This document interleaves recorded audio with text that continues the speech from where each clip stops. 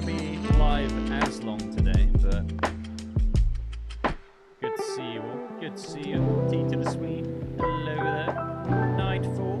Nightfall looks awesome. Film Bro Brian, hello. Right, let's get to the old chat. Oh, it does look a bit dark in here. Is it just me? How are we doing, ladies and gentlemen? How are we doing? Cedric says DC News today has me bricked. Dude, there is so much news that I need to cover in tomorrow's video. That tomorrow's news roundup's gonna be a big one. Like, we're covering... Well, I plan on doing a video next week about, like, the whole, you know, Supergirl thing. People freaking out, but like, oh my god, is this gonna tank the DC slate straight away? That whole thing, you know, like, what do they do moving forward, given that Anna Nogueira is writing Wonder Woman, you know, and people have been concerned about Christina Hodson with Brave and the Bold, so we're gonna cover that next week, but tomorrow we can still talk about stuff that the Hollywood Reporter released with regards to Supergirl's role in the movie after Man of Tomorrow, how they've met with Paramount, James Gunn, that is, and Peter Safran. But then there's Batman Nightfall. There's Absolute Batman series. There's Batman Cape Crusader. There's Creature Commando Season 2, Mr. Miracle, and more. I don't think I'm even going to be able to get to all of it. There's even more than that. I've got my notes. I've got my little Word document all filled out. So, oh, we've already got a super chat to start off the stream. Thank you very much, Brimmed Pinned. Thank you so much, dude. Get ready to see Supergirl IMAX. Have a great stream. Thank you. Oh, so you're going now? I hope you have a good time, man. And, you know, I still stand by what I said. I think it's a fun movie, but it's just... It's an okay movie. It's not great, unfortunately. One thing that I do feel good about after putting out my review is that the praises for the movie do seem fairly consistent. Like, Millie Alcock is the thing that makes the movie. Obviously, not everyone agrees with that, but, like, out of all, like, a lot of reviews, Millie Alcock's the best thing. Lobo is another big praise, even though I didn't like Lobo as much as everyone else seems to be obsessed with. But yeah, as far as plot goes and stuff, I mean, you guys have seen my review. Obviously, we can talk about that some more. But yeah. You can't really spoil the movie. But yeah, Brimmed, I hope you have fun with it. Like, this is what I mean. I kind of view it as like a Blue Beetle, if that makes sense. Not that a Blue Beetle is good enough. You know, you can't really... Like, Blue Beetle, as much fun as that movie was, as much heart as it had, as amazing as the lead was, Shalimar Duania, the action, it was very generic, and you can't really do that in the 2020s, 20 years into a comic book kind of world. You know, yeah, like... But again, shout out to Brimmed. I assume you're going to see it now, and I hope that you get some enjoyment out of it, and it's going to be interesting to compare notes. Make that a bit brighter so you guys can see me.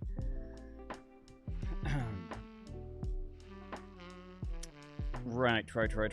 But what was I saw a comment that I wanted to I think I did see that. Yeah, there was some paragraph in there, like, with regards to maybe her looks. I would have to brush up on that again. Variety went in hard on Supergirl. I think that...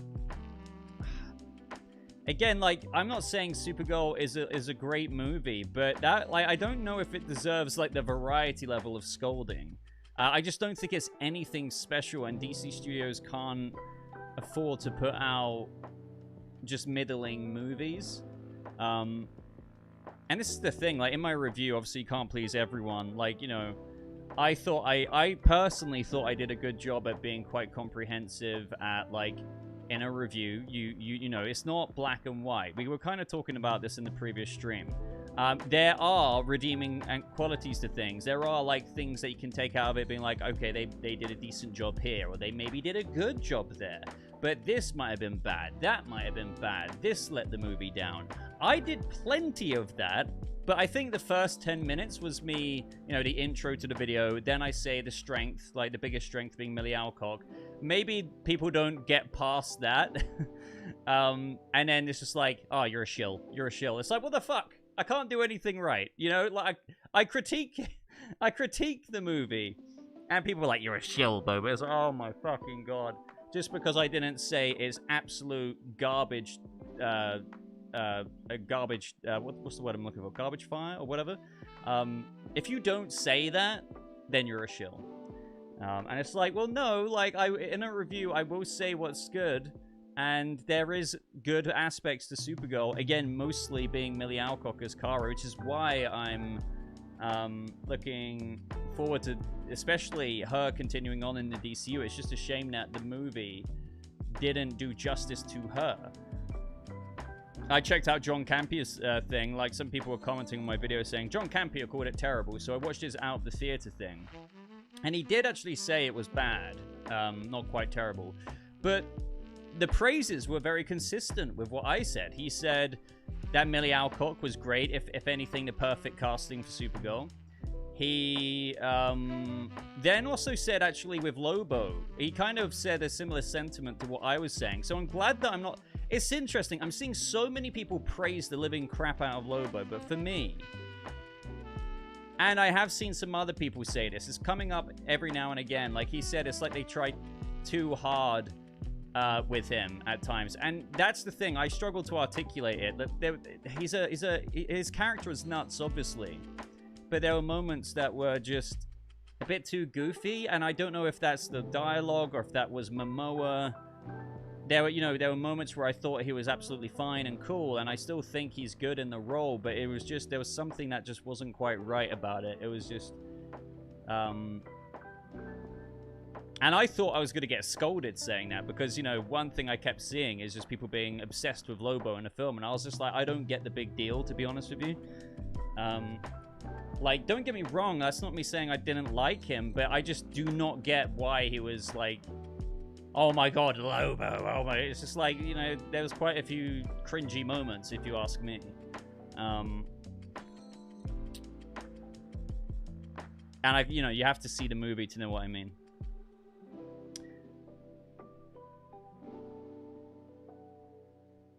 Okay. I saw somebody say that, and I was like, that's a good shout in terms of Lauren LaFranc in the DCU. She is incredible, and I think she would be like, she would write something formidable for like Wonder Woman. Mind you, I don't know if I'm too familiar with her work outside of the Penguin, but just knowing that she like carried the Penguin show with that writing, it kind of gives me the confidence to think that, okay, if she did some like character research about Wonder Woman, like, and you know, sucked herself into the mythos of Themyscira and Wonder Woman, she could really cook up an interesting script. Now, yeah, I mean, I like to say that not everything is on the writer. I know that sounds like I'm, like, coping here, but all I'm just trying to say is there is a lot that goes on to making a movie. You can even have a good script, but a lot of other things go wrong along the way. There's lots of different departments in making a movie, but I would be lying if I said that I'm not kind of more concerned about Anna Noguera. I always get that wrong. Noguera. It's basically a Christina Hodson Brave and the Bold situation again via The Flash. That is concerning. I'm not gonna lie, because you could give her the benefit of the doubt to cook up something good with Wonder Woman, and the sum of the parts that make up the movie with Wonder Woman could have been executed a lot better than all of the other things that went into Supergirl, for example, that could have drawn back the movie. But no matter what, it's kind of what I've said about Christina Hodson. If, like, at the very least, to just, you know, even optics-wise, you probably wouldn't risk it, if that makes sense. You probably wouldn't risk it. You probably wouldn't, and what I mean by that is risk staying with the same writer. I'm not a big fan of the changes they made from the comic book. You know, it's hard to talk about it here, because obviously I can't get into spoilers, so Some I understand. Some others, you know, I'm just a bit like, really? I don't know about that. Sorry, I'm getting too carried away right now. We need to get to the next super chat. Sequential Art Chick, thank you very, very, very, very, very much for the $5 Reno super chat. Boba, I'm kind of tired. 3 Batman shows, yet nothing for Wonder Woman. How long must Wonder Woman fans wait? Like, she only has 2 shows and 2 movies. I will say that, you know, James Gunn probably shouldn't have put out there back in 2023 that there was a Wonder Woman animated series that he wanted to try and get off the ground, right? Because that's something that people have receipts for now, and we've heard nothing about it. I am optimistic that with the Absolute Batman series being announced, and, you know, we're going to talk more about this tomorrow, but I think if that's successful, which I'm sure, I hope it will be,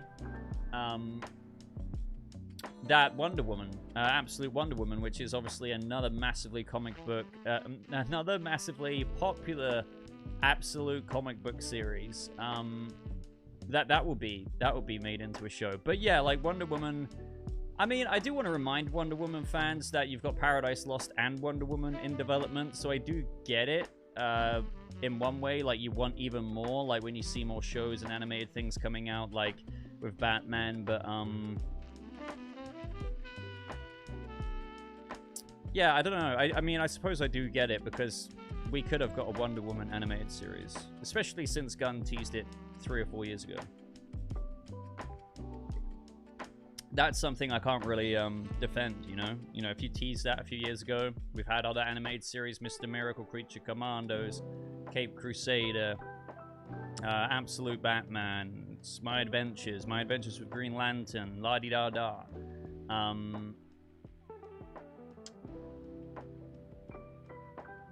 So yeah, I do get it, but we, you know, patience. I mean, you know, I wonder if Wonder Woman, like, this is the thing, and this is what I want to explore next week with the reception of Supergirl, and it's going to be interesting to see. Obviously, the reason why I also want to wait till next week is because of, obviously, we've got the opening weekend box office, and, you know, seeing how audiences are scoring it. But will Wonder Woman and Brave and the Bold need a bit of a reevaluation based on how, sure, one could argue, oh no, they could, like, double down. They've got confidence in their development that they've had on Wonder Woman and Brave and the Bold for the past few years or whatever. Or it's like, they look at Supergirl and they're like, okay, something went wrong here. We need to learn from this and make sure that we're not repeating this with Wonder Woman and Brave and the Bold. So will that basically make it longer for those to come out? Maybe. I mean, maybe not. They could just, like, get another writer to take a pass at the scripts that they... You know, one thing I do have confidence in is that they have fleshed out plenty of ideas with Brave and the Bold by now, and Wonder Woman. That, you know, you could still improve the script without having to cause too much more delay to the series. The series, or the movie, rather. I don't know. That things like that are interesting to contemplate. As for, like, the DCU, like, seeing stuff like this, guys, I mean, we are going to get into this in the next video. Well, not tomorrow's video, but next week. But one misstep, like, as people were saying, like, the MCU's Incredible Hulk, like, the second entry, right, in the MCU, does not tank the goddamn slate of the DCU. Now, we have Clayface, we have Lanterns. I don't know if they're going to do good. That would not be so good for, like, how the DCU's going if Man of Tomorrow, Clayface, and Lanterns, you know, don't really get received well. But do you see what I mean? Like, in my opinion, 2027, going towards the end of that, going into 2028, is when you would evaluate Gunn and Safran's tenure, the way they've handled things at DC. Supergirl, obviously, yeah. Not ideal what it's going through right now. Changes need to be made with regards to that, and I'm sure they're going to examine it, but it does not, like, to all the Doom posters out there, or people, you know, really trying to, like, fearmonger, oh, this is going to collapse the whole DCU. I don't understand how they can say that when they don't know the quality of Clayface, a low-budget horror movie which could make more than its budget back if it's popular. Lanterns could be Emmy nominated, it might not. And Man of Tomorrow could do similar to Superman, you know? and Superman was very well received by audiences and critics. So no, it doesn't tank the whole DCU. I mean, the DCU could be tanked in the next year or two. Not year or two, I would say a couple of years, if all of those go wrong. But as Lars P. Winther has said, there's a lot of projects that have already left the station. I don't think Paramount can afford a reboot. Warner Brothers, DC, the brand, can't afford a reboot. So if anything, the worst case scenario, in my opinion, would be if things don't go well by the end of 2027. Like, let's just say there was more or similar receptions to Supergirl. There would be more, like, efforts being made to figure out the creative leadership and how things are being handled and like looked at and taken care of with projects, so you avoid, you know, basically quality control. Right now, yeah, Supergirl, something's going on there, but I wouldn't say that like completely fractures everything.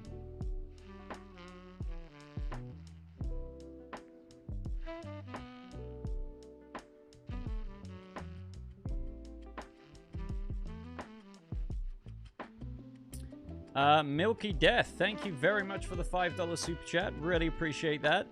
Without spoiling, a lot of criticism, well, first of all, actually, keep forgetting to do that. A lot of criticism I saw were invalidated for me. My only qualm was the flashbacks messing with the pace. Variety can eat shit.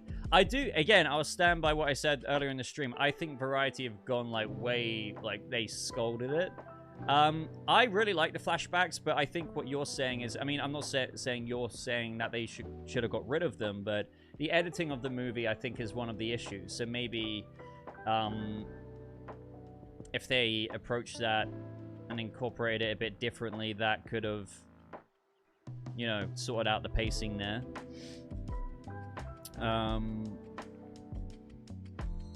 And again, from Milky Death, thank you very much for the $5. The Lobo thing is his dialogue was written like his comic version, and his comic dialogue doesn't land with people because it is unnatural, but I love it. I don't know if that's entirely it, because I completely agree with what you're saying on one half, but I feel like Momoa was kind of... It was kind of... I don't know if he was... His demeanor was kind of inconsistent along the way. One moment there was like this serious kind of aspect. The other moment there was a bit of an accent there. And then it was like very kind of goofy, but then it would kind of go back to being a bit more chilled. And it was kind of like he was finding the character as he was being shot for the movie. So it felt like at times I liked him more than other times throughout the plot. I do agree that you can have like a nutty kind of character and crazy dialogue from that character in the comics, and it will come across that way maybe on screen, but I think you could, I don't know. I think there's still a way of finding that and executing that, which, I don't know, it doesn't come across the way it did in the movie.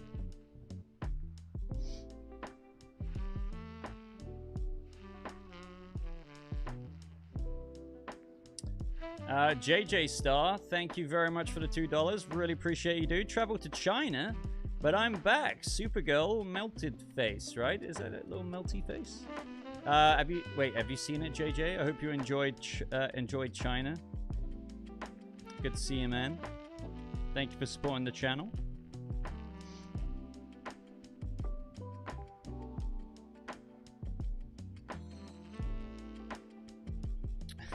Are your feelings about lanterns valid now? Was right about Supergirl.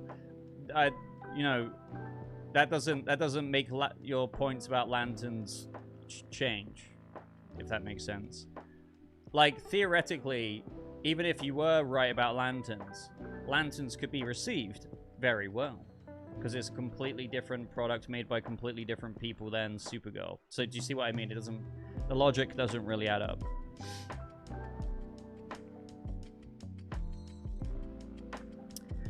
Nico, thank you very much for the £5 super chat, man.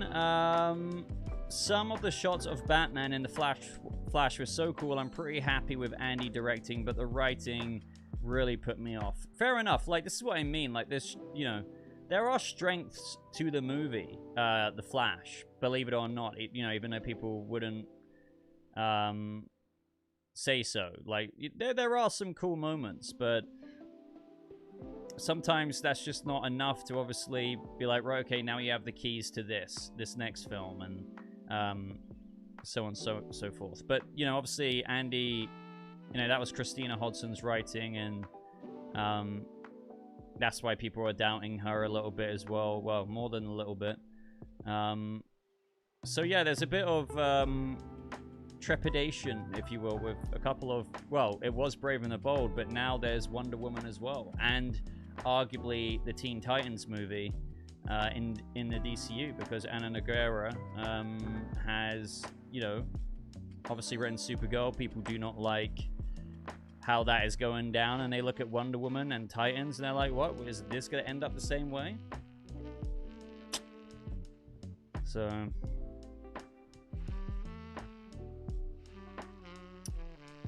where is...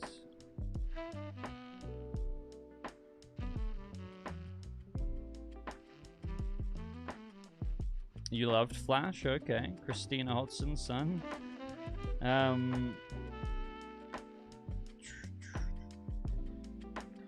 Right, sorry.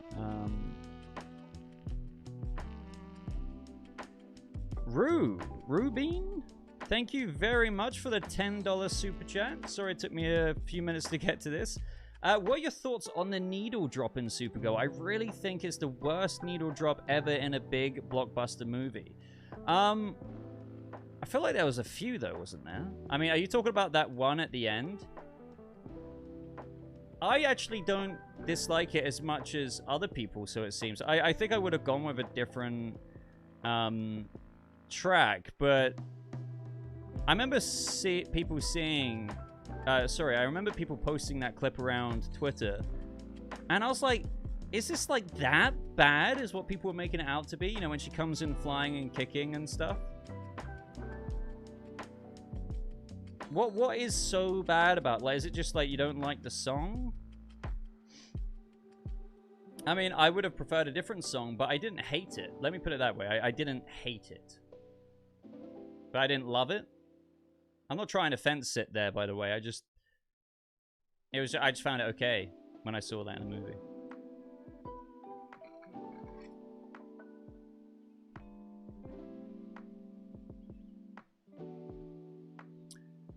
Sween says, what's a needle drop? It's essentially when they drop a song in a moment where, you know, like in Superman, you had the Mr. Terrific moment, and then you had that 5 years time song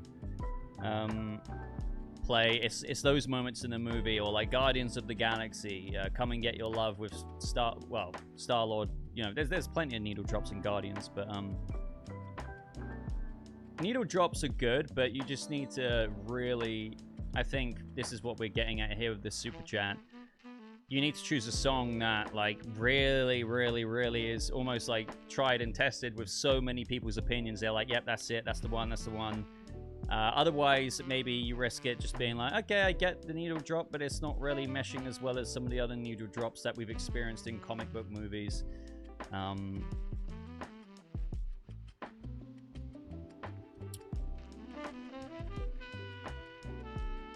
JJ, you're so triggered, man. I mean, I don't mind needle drops. I don't want them all the time, though.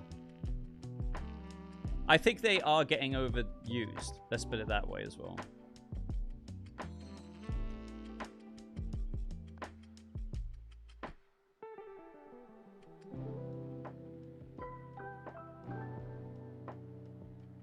Boba, do you have a popper? No, unfortunately I don't, Sween. I do not have a popper. Those other ones that I got sent were absolute garbage, as we know. I mean, it was pretty funny, though. It was pretty funny. I literally threw those in the bin earlier because they were still in here from that previous stream.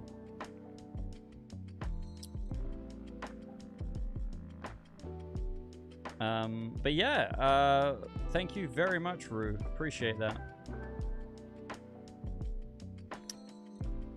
We already climbed the goal quite a bit in this stream, and we're only 28 minutes in. Thank you very much, guys.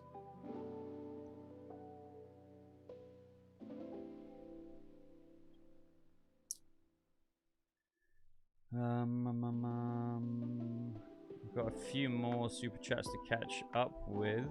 Next one is from JJ. Thank you very much. Gunn will be like, mediocrity is part of variety. What do you mean? I'm confused.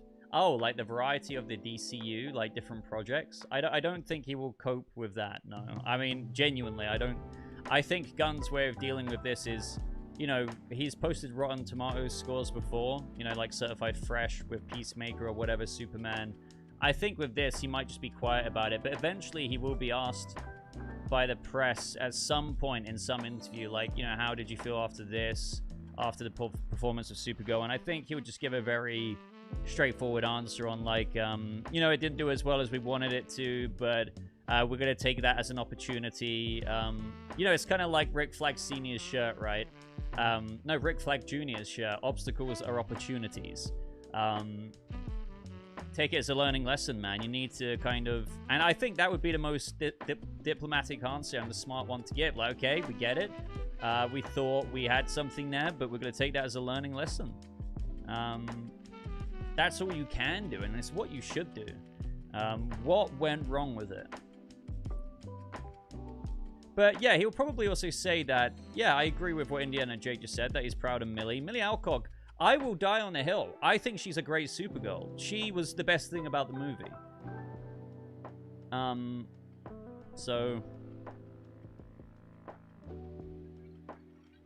she's the best thing in a very middling movie.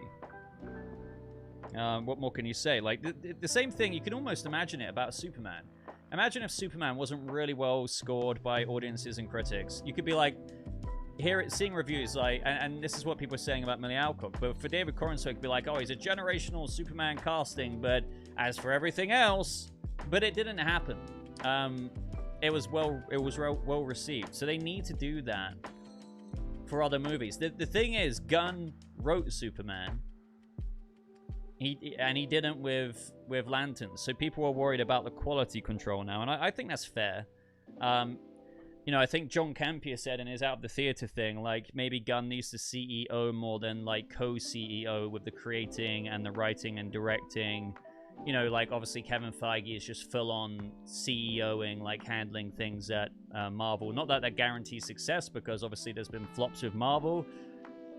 And I don't know what to think of that sentiment, because it's true, like, Gunn is kind of dipping his hands in both pots of, like, trying to do two things at once, but also that's what Peter Safran's there for. I do think at the end of the day that you could give the benefit of the doubt here, just to argue it, where even if you are doing your job and looking and greenlighting movies, this, that, and the other, you're doing the Kevin Feige thing, which Kevin Feige's giving 100% of himself to, unlike Gunn. You know, Gunn's obviously doing that with Safran as well as directing and stuff.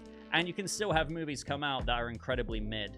Now, I'm not trying to make excuses there, but I'm just saying you can't maybe always guarantee, like, things might go wrong along the way. I don't know. I'm just trying to say that I can't imagine that anyone would have said that every single project in the DCU for the next 5 years is going to, like, not even one of them is going to be received, like, very mediocre, like, or bad. I think you would leave room for that, right? I think the issue here is that it's happened early, which I think is a good opportunity, because I'd rather that happen early in the DCU, kind of like, again, the Incredible Hulk in the MCU, then happen further down the line where we get to Wonder Woman releasing, and it's like, oh, that was another Supergirl. So now they can kind of make sure that, for example, they look at Wonder Woman and be like, well, actually, we've now educated ourselves on how this doesn't work, and we really need to make sure the bar is this. Now, I know Gunn's already said, oh, we're not going to put out a script until when we think it's ready or whatever. People are using that as if it's a slam dunk, as if he was lying.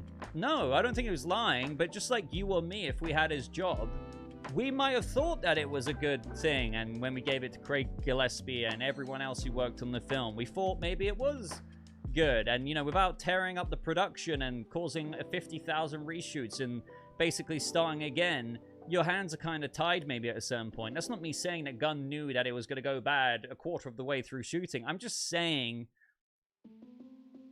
that, yes, he can take this as a learning opportunity to avoid it again, but also I don't think you can always guarantee an amazing movie every single frickin' time.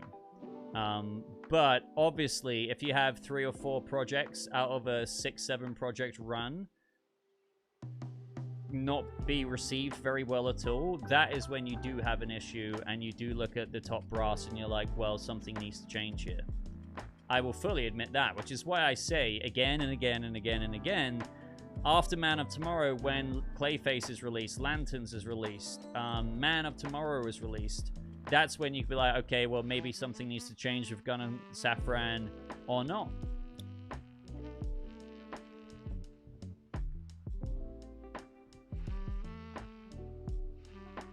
Yeah, I see what you're saying there, Llama Prop, because of obviously the comments made about the Flash movie as well. But I don't know if that's strictly true, because Gunn, as a person who writes movies as well, and has had very well-received movies by critics and audiences, must know what, like, good material looks like, because, you know, he puts forth his own shit, so he can read someone else's stuff and be like, okay, right, well, this is either what I deem good or not, and maybe that's something, you know, he's going to educate himself on now. I don't know if that makes sense. Like, you can be like, okay, well, now I kind of know definitely not what to do. I don't know. I don't know.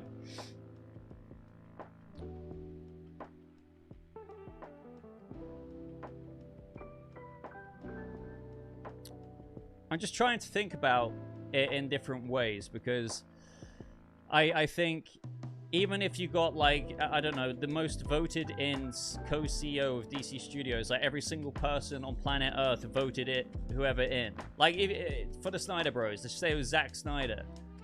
I guarantee you there would have been a flop like this, potentially. Like, well, technically Supergirl hasn't flopped yet, but, like, you know. So, and yet then there could have been a good one, and then another good one. So, and, I mean, I could be wrong, but I think Clayface will be well-received. I think Lanterns, as much as that's a contentious thing amongst fans, could be well-received. I think it will be a slow burn, week to week. And I think in the initial conversation will be like, oh, nothing's happened yet. Why hasn't anything happened? We have to wait until next... They've only just got into town. Why is it... You're going to be hearing shit like that with Lanterns. I guarantee you. But I think after a few episodes in... You know, it's almost like House of the Dragon sometimes, or Game of Thrones. Sometimes when a death didn't happen or something crazy, people are, like, up in arms about it. But I think, you know, the show could be well received. JJ's like, you know that this shit is flopping. I do not know that. Like, I do not know that. I don't think you can say that. Again, I will say kudos if it does flop, and you know, you've been saying that this whole time, JJ, but, like, you have to admit that you can entertain the possibility where, as much as you don't like the things about Lanterns, there is a timeline where, like, people still enjoy it, basically.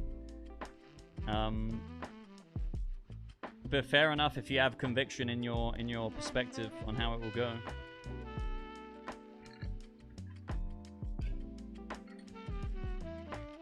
Right, sorry, I need to get to the next super chat.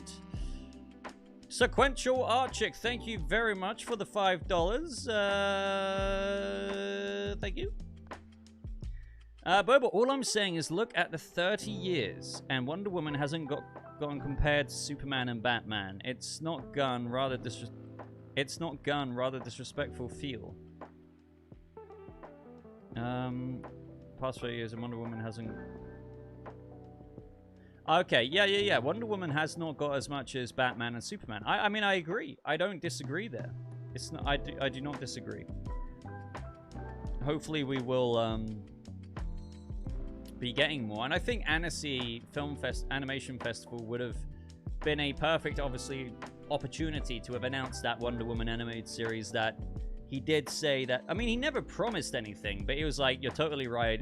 Wonder Woman hasn't been, you know, I'm paraphrasing, but he basically acknowledged that there hasn't been enough Wonder Woman in animation, and he was on it. 3 years later, we haven't got anything yet.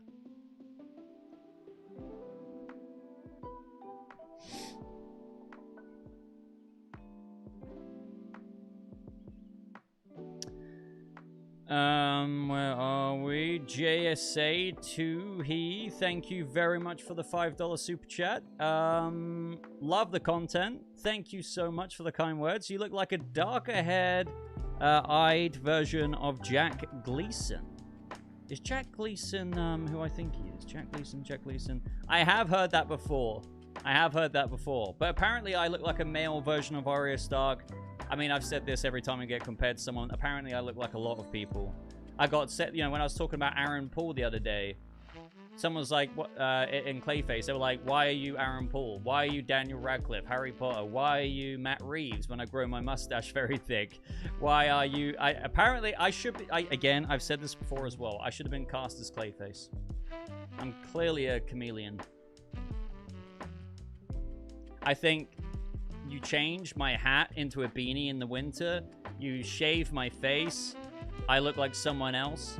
You know, you cut my hair. I look like someone else. I could have been a real-life Clayface. Appreciate the super chat and the kind words, JSA. Thank you.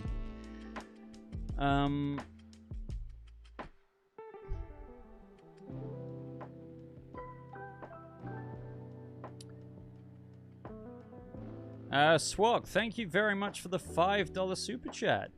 For me, I haven't lost hope. I'm still seeing Supergirl to judge for myself. DC will be fine. People need to take a breath.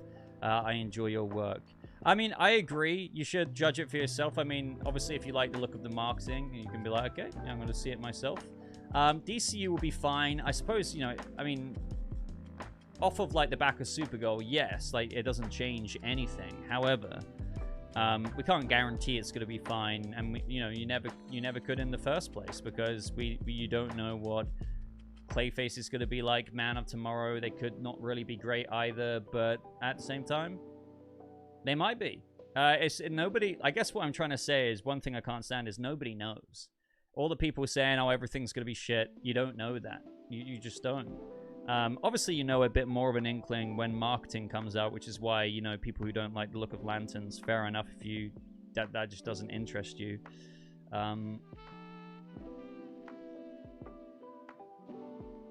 So yeah, I mean, we're gonna have to wait and see, but hopefully everything goes well. You know, I want projects to come out that we all enjoy. Who wouldn't?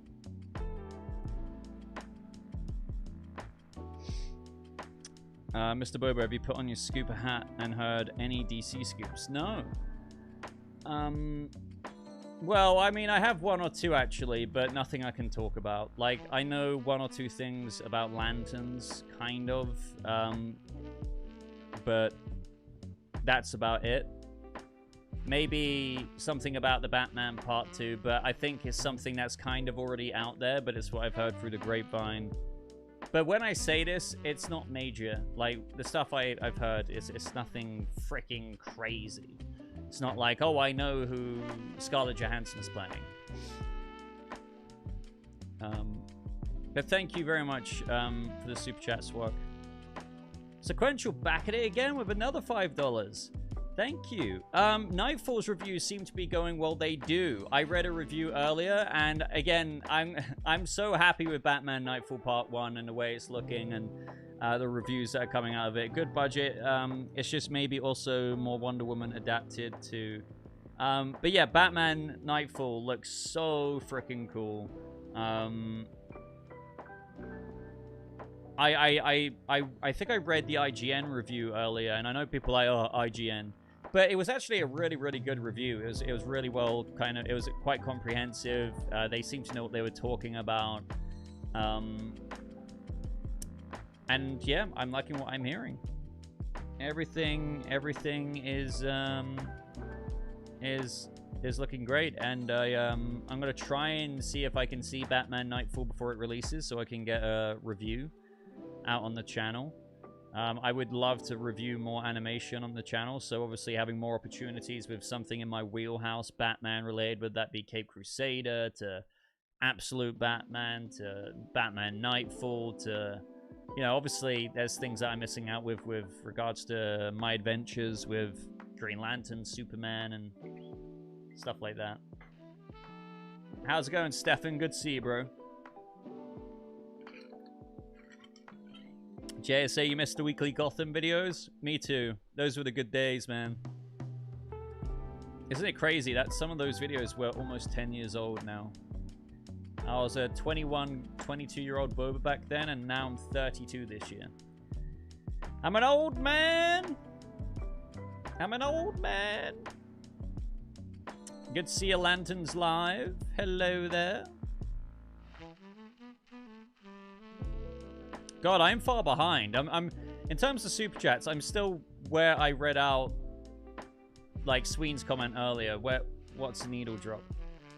Milky Death with another freaking super chat. Thank you. Also, people forget that the MCU had some duds in the first two phases, but for good reason. We still all showed up for the pun intended vision.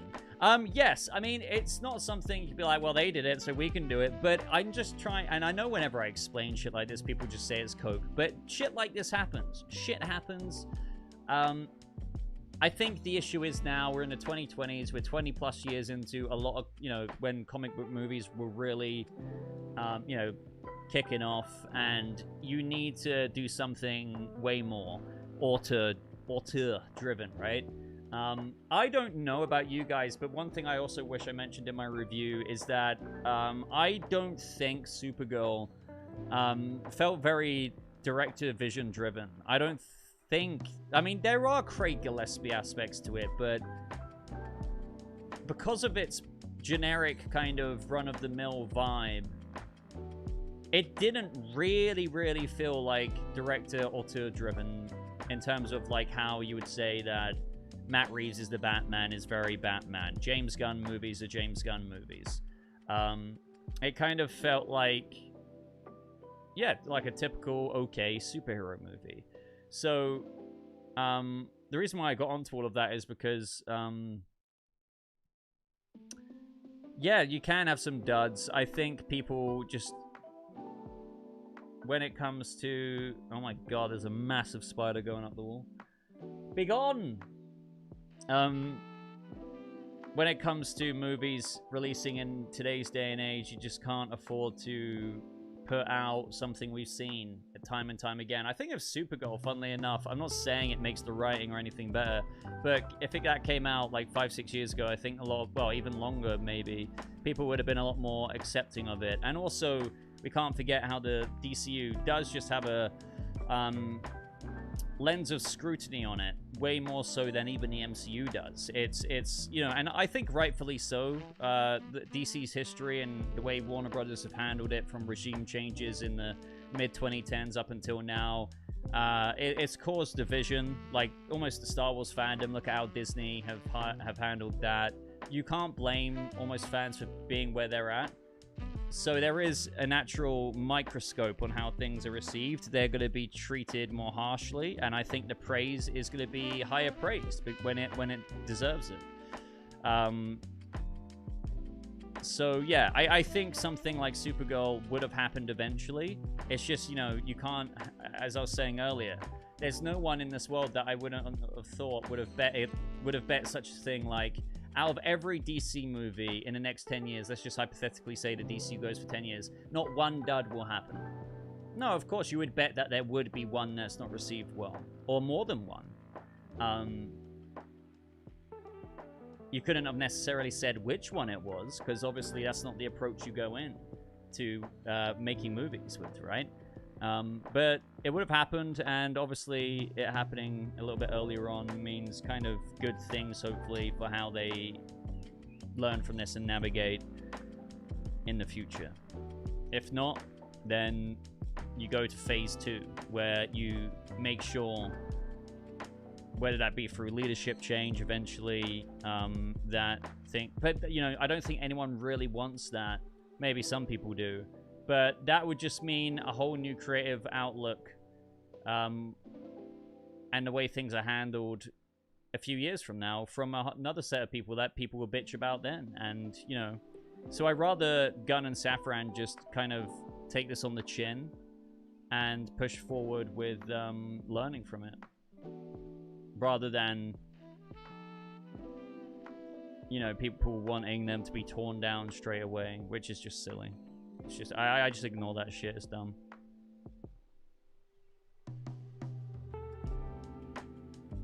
Where am I? Sorry, I'm scrolling down. Zach! Hello! Thank you for being a member for a month, by the way. Yo, sorry I'm late, Boba. No worries, man. I mean, I started super late today. Whoa, Sween! I thought I saw a red chat earlier. Oh my god. Time to put Boba in charge of DC. Dude, I'm so sorry. Like, honestly, on my... I have like 2 chat boxes. So I have one on the left where it's got the latest chat pretty zoomed in. But on the right, I'm so scrolled up to where we were earlier. So thank you so much, Sween. Please, guys. W's in the freaking chat. We just got a freaking $100 super chat. This is, not to be taken lightly, and I feel absolutely ashamed that I don't have any poppers in stock, not even one of the shitty poppers. Because, you know, to be honest, I would have... They were so kind of bad that it was pretty hilarious that I would have still liked to have used one of those today. I've still got remnants of that Sween, as you can see here. Can you see that? The little dots. Do a backflip. Yeah, I mean, if I want to tear my other ACL. Sween, thank you so much, man, for always funding the freaking Baby Boba fund the way you have been, dude. And it's crazy, by the way, 2 weeks in a few days' time until Baby Boba is here. Well, at least due date. So Sween has absolutely been carrying the Baby Boba fund. I should really call, instead of Super Chat goal at the bottom, I should be calling it Baby Boba fund. With all the bloody nappies we're gonna have to buy. I mean, don't get me wrong, we've already been stocking up on that.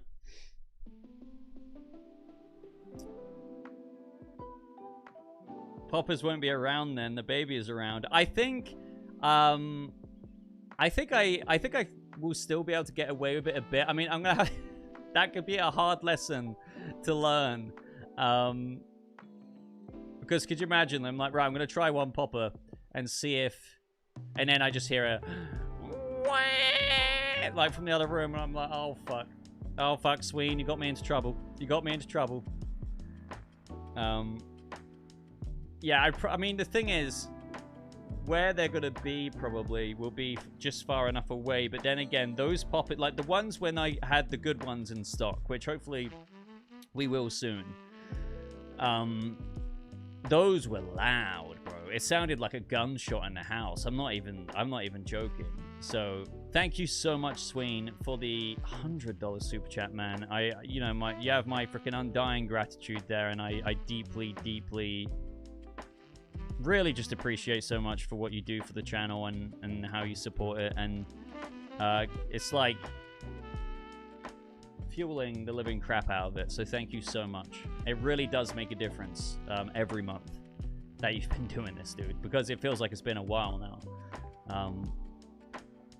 And where are we with Zach P? Zach, sorry, I almost accidentally scrolled past this one here. Zach, thank you very much for the $5 super chat, my friend. Have a Riddler.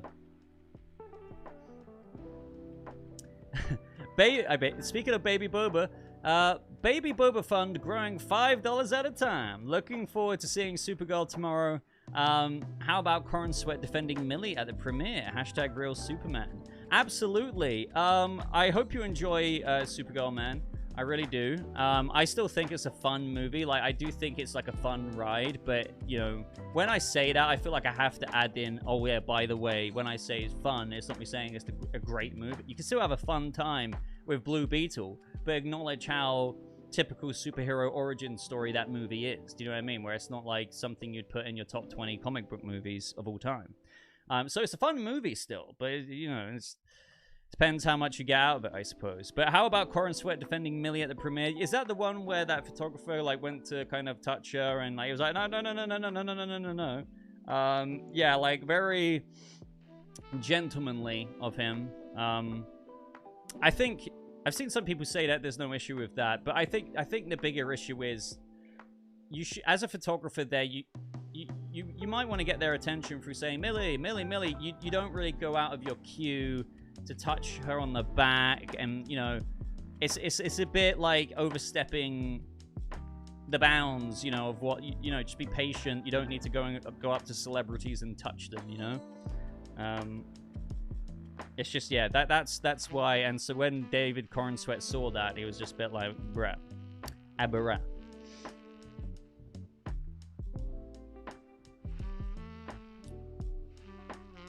Thank you, Zach. Absolutely. Thank you for contributing to the Baby Boba Fund. Baby Boba. I don't know why I'm getting French. What is going on?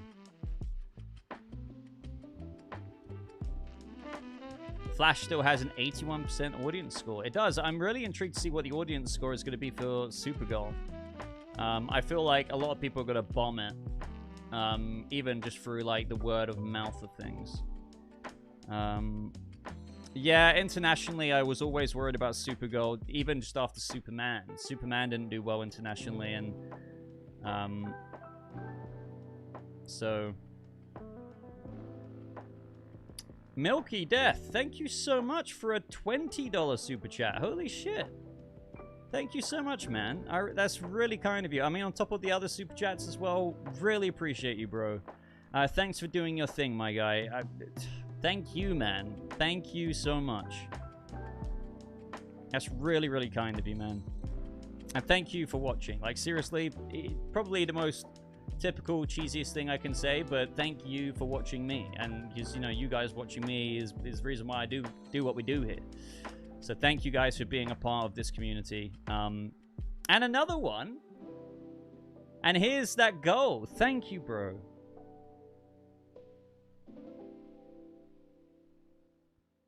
Oh my god, I'm still so far up the chat. Guys, bear with me. I'm scrolling. I saw another, like, I see some red super chats still hovering, so I'm like, what is going on? Whenever I see that, by the way, I'm like, I try and not look at it straight away, because I know I still need to get through other super chats in order. So just in case anybody's sent in some more super chats, I am getting to you, I swear. I'm not ignoring it. I don't know what's going on yet. Right now, I try and keep my screen locked into, because you can, on my end of things, I can filter it to super chats, like, instead of just live chat, and that's what I've done. So it's one at a time.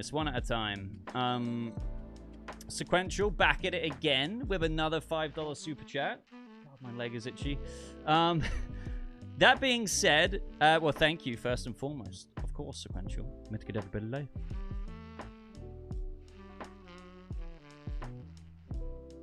That being said, Nightfall animated movie looks great. And Tim Drake finally the main Robin. What do you think of the cast? That Bane looks sick. I know, Bane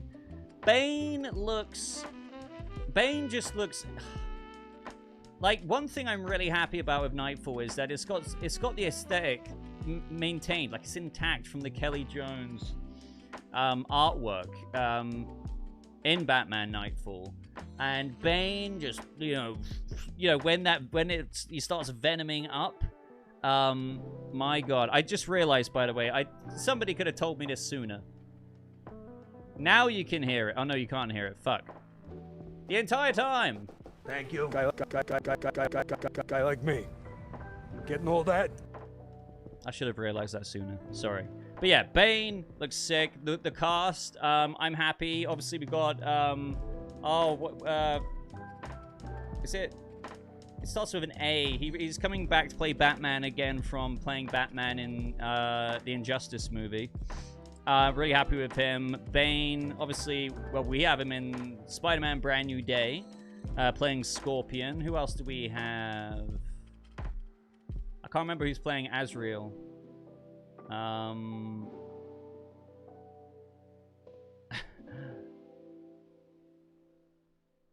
Muted all last stream as well? Jesus. Anson Mount, that's it. Nacho. What, from, yeah, Better Call Saul, yeah. Yeah, I'm very, very happy with it. Also, yeah, like, the character designs all spot on. Even, like, the Nightwing look, man. So, it does look great sequential. Can't wait to watch it. Honestly, I am not always... Like, I do really like animation, but I do not nearly spend enough time in that playground as what I want to. This is the most excited I've been for an animated thing in a hot minute. JJ, thank you for the super chat. Greatest Hater will return in August for Lanterns. You're going in with bad faith, JJ. I'm still saying that. Bad faith, man. Spill, I will pay your legal fees if you get sued. I can he do it? I mean, again, what I know is not, like, crazy, but, you know, I haven't been cleared to talk about anything, so...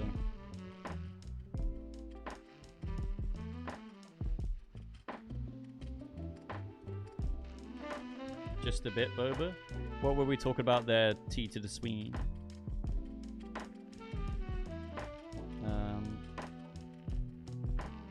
Right, where are we? What the hell? What? What?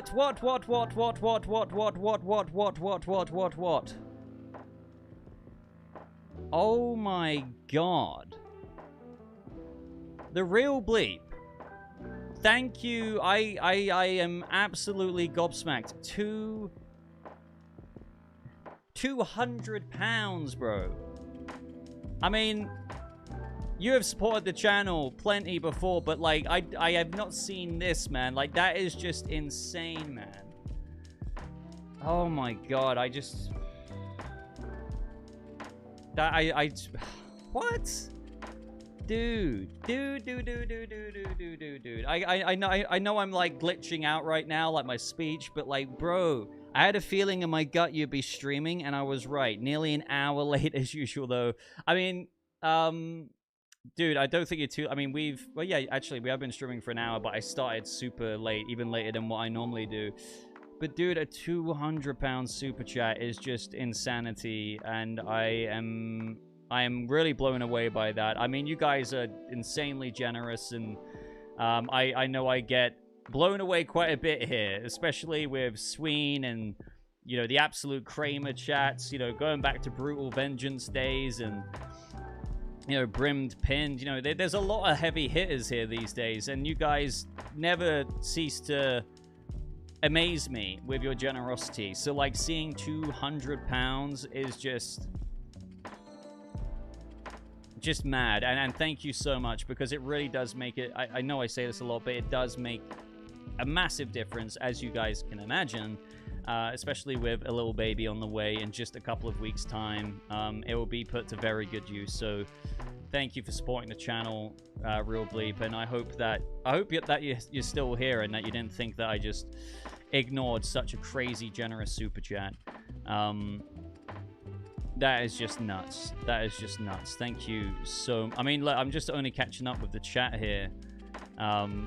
Just saying that W's, absolutely. Oh my god, that is crazy. Ah, dude.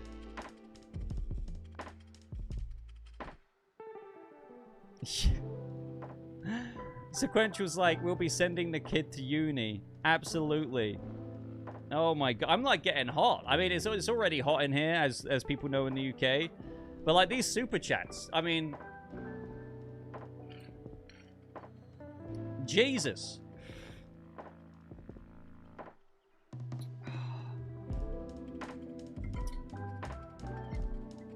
Please tell me you're still here. Real Bleed. You are. I know about you having to get through everyone else's super chats is fine. Oh, good. Good. Because I know sometimes it takes me so long that I think even when that was sent in, I just, you know, you might not be able to stick around, so I would hate for somebody to leave.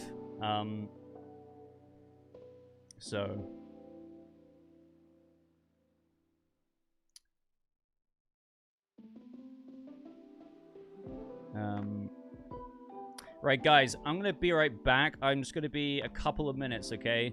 Then I'm going to get through some other super chats, but I just need to go and do something for a couple of minutes. It might be 5 minutes max. Don't go anywhere, or just even if you do, just know that I will be back, okay? So, see you in a minute.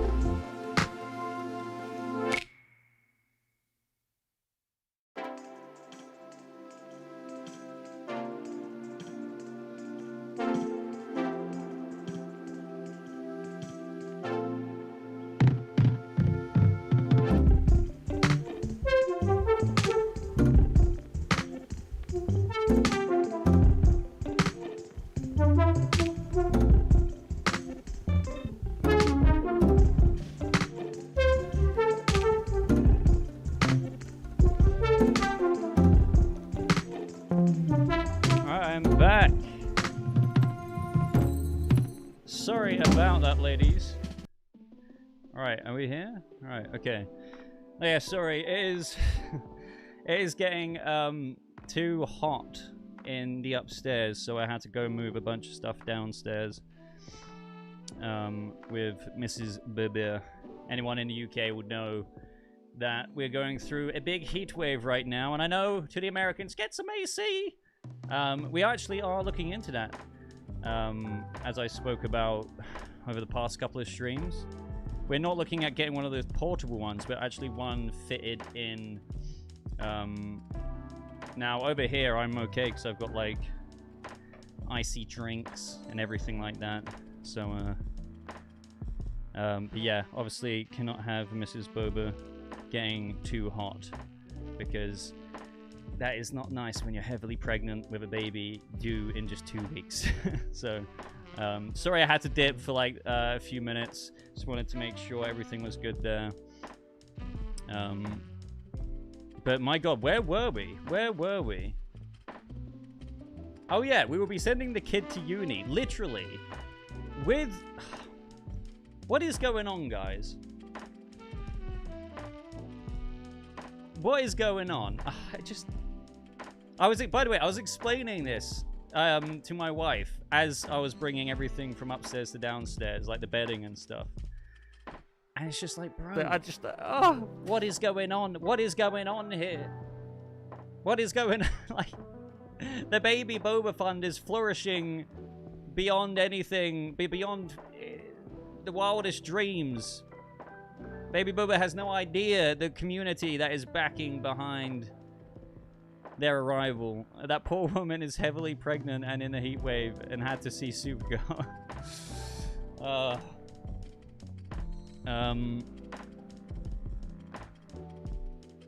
How hot is it? In my room right now, it's 33.1 degrees Celsius. So, in the other room, it was probably, well, in here it's a lot hotter. I've got lights on. I've got, you know, the PC spitting out heat.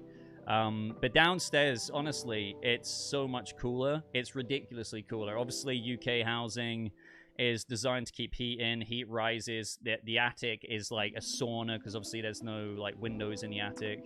So you're keeping that heat in up here. So yeah. When I'm in here, it's like 33, 34 degrees Celsius, no AC, which is how much in Fahrenheit? Celsius to Fahrenheit. So that's 91 degrees Fahrenheit in this room right now with no air conditioning, which feels very, you know. But anyway, the real bleep. I know you said that you knew I'd take a while to get to Super Chats, but dude, you know, my wife very much so thanks you as well, because this is, it's very hard to put into words and articulate when, you know, this kind of support gets sent in on the stream, like from you guys going freaking ham. And other than just, I hope you truly know how grateful we are. So thank you so much. And it doesn't end. Like, this is what I was kind of, when I got back, I saw a couple more reds lined up on the top of what I can see here. And to the sweet. Bro.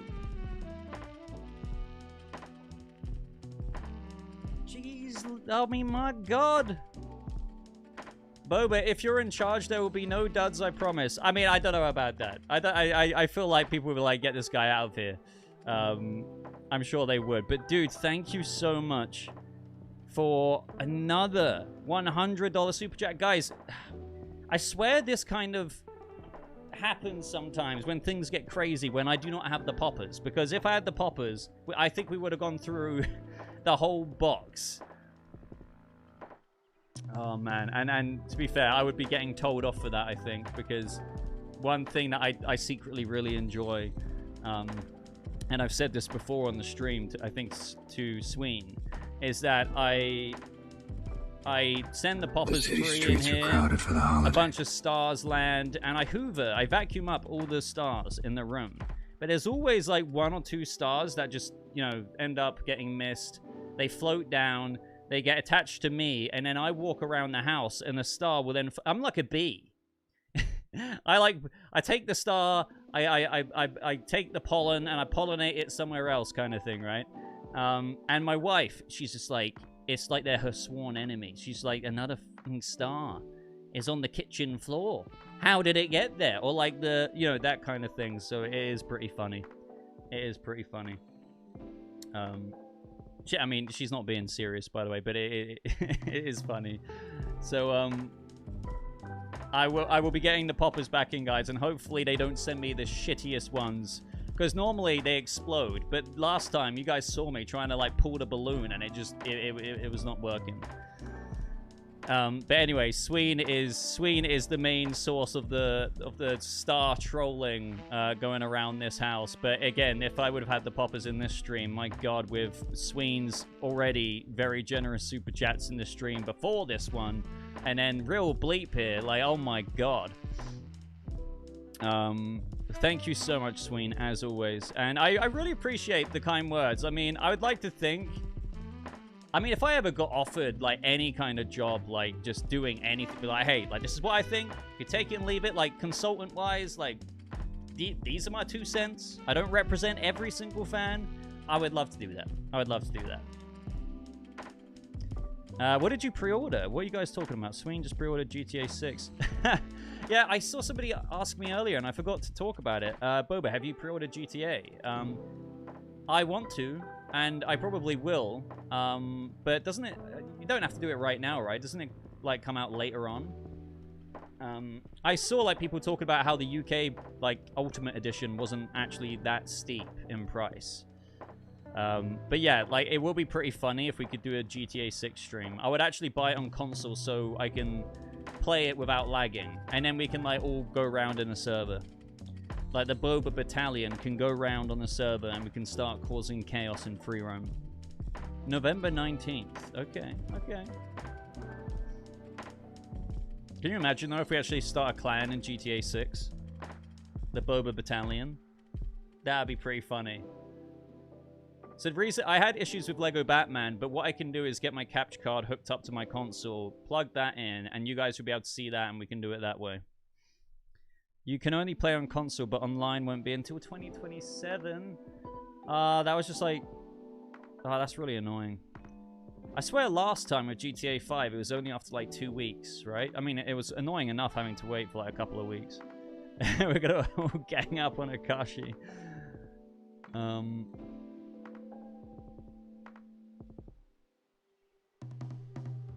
I haven't. I really want to see He-Man, by the way. I still need to see Obsession, He-Man.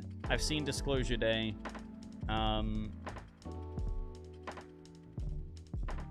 Sween, again, thank you so much for the $20 super chat on top of the crazy super chats you've already sent in, dude. The goal has been obliterated. The goal has been obliterated, guys. It says 498.66 order 66%. I mean, I don't know if we've had a stream. Have we had a stream get this much before? I think we might have.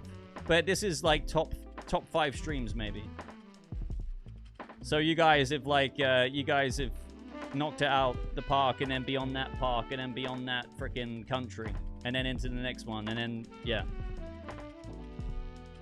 Oh, dude. Thank you so much, Sween. I'm sorry, by the way, I just got to the bit where it's like, no audio on the super chats. But they're working. They're working. Oh, God. Now the bloody sample user's back. But I just... Right, where were we? Have I got, like... Let me get rid of that. There we go.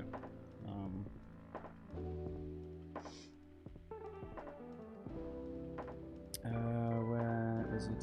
Let me scroll...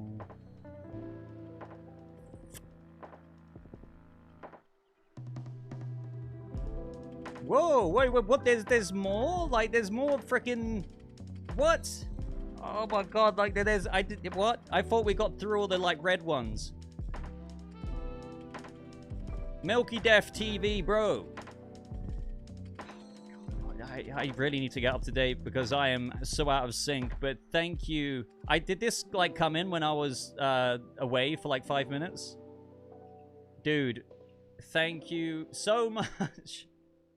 Oh my god, bro. Love seeing you bombarded with these super chats. Didn't know you were a new dad, so I'll up the ante, and I know you're going to get way more this stream. Much love. Your hard work is appreciated and seen. Keep it up. Dude, Milky Death TV, thank you. That really means a lot, man. And I you know what? Like, it still actually doesn't surprise me because I still haven't said on my videos. I don't think a lot of people know that my baby is due in 2 weeks' time. So,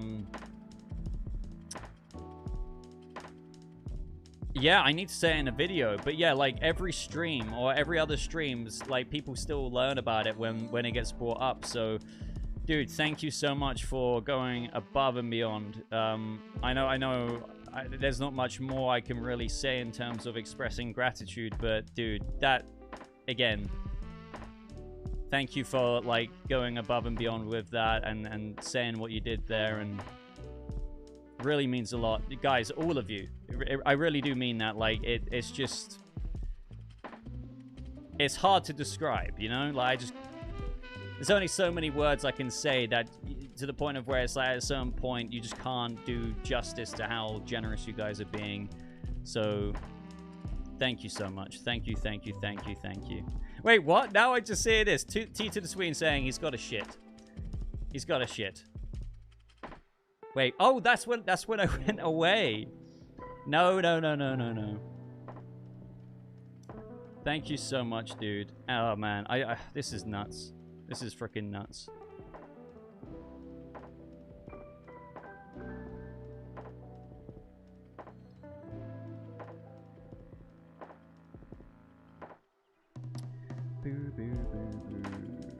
Boba, since you don't have a poppers, do a backflip. I said though, like, unless I wanna tear my other ACL, I can't do that. I'm not I show speed. I can't do that. Morgie says, I think the goal amount is wrong though, missing some. Really? Sometimes it does glitch out, actually. It probably is glitching out. But I might have to go BRB again in just a second, guys. Getting another message. But I think I've got a couple more minutes here. That is funny. Gave me some time to knock out lawn. Wait, what? Gave me time to... Wait, Zach, were you mowing while I was away? What happened during the 5 minutes I was away?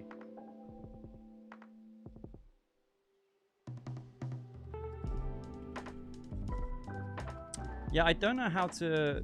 If I do this, maybe? Does that fix it?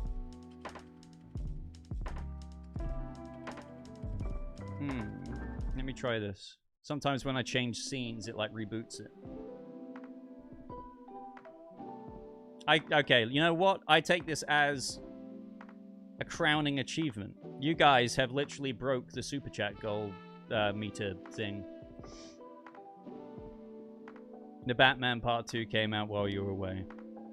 Could you imagine if, like, while I was away, bring in frickin' stuff from upstairs? I might have to take this fan. I've got a fan here. I might have to take this fan down in a second, but, could you imagine if, like, a trailer dropped for Part 2? I'll be straight back up.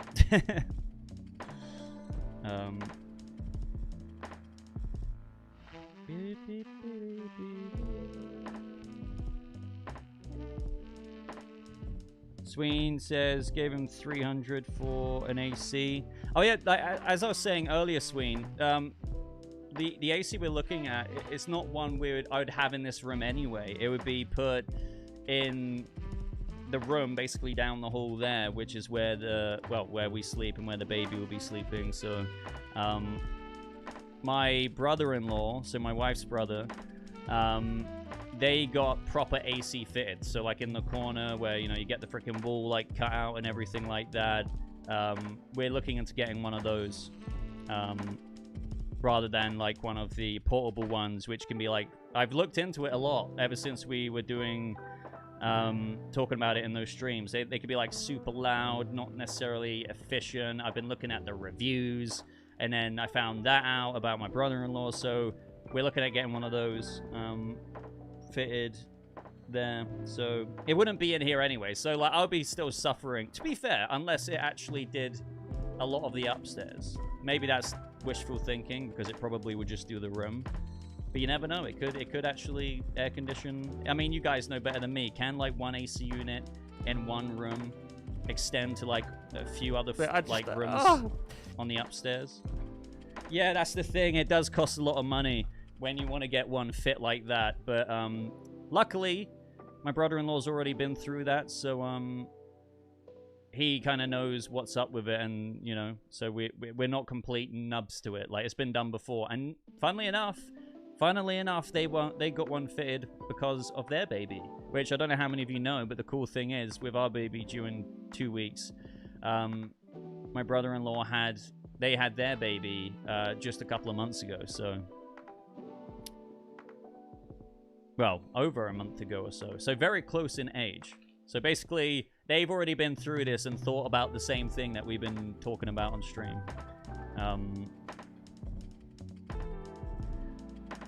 But wait, yeah, Zach, are you still there? What do you mean mowing? What do you mean mowing? Oh. Real bleep, £50, dude.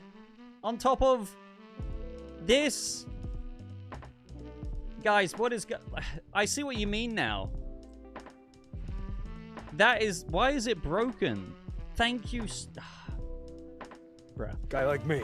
Guy like me. Getting all that meant I could have a better life. The weather is miserable here in the UK. We might actually melt. Well, somehow, my temperature thing went from 33 to now 32.9. Every super chat releases a degree on the thermometer. No, but thank you so much, Real Bleep, dude. Jesus, what? On top of the £200 super chat, you just sent in a 51, dude. I mean, I agree with you, by the way. This is why we've moved the fans to downstairs. Well, that, you know, just a couple of minutes ago. And I've got one more in here. This is not nearly as effective, this one. Can you see that? We've got the Dyson one. We've got that newbie one. Morgie says you need to clip you doing a popper and then play that when you don't. That's genius. I will do that. I've got the live streams unlisted for members, so I'll go back to those ones where, yeah. You know what? What would be good is if I, like, montaged every single popper that I've done, and then,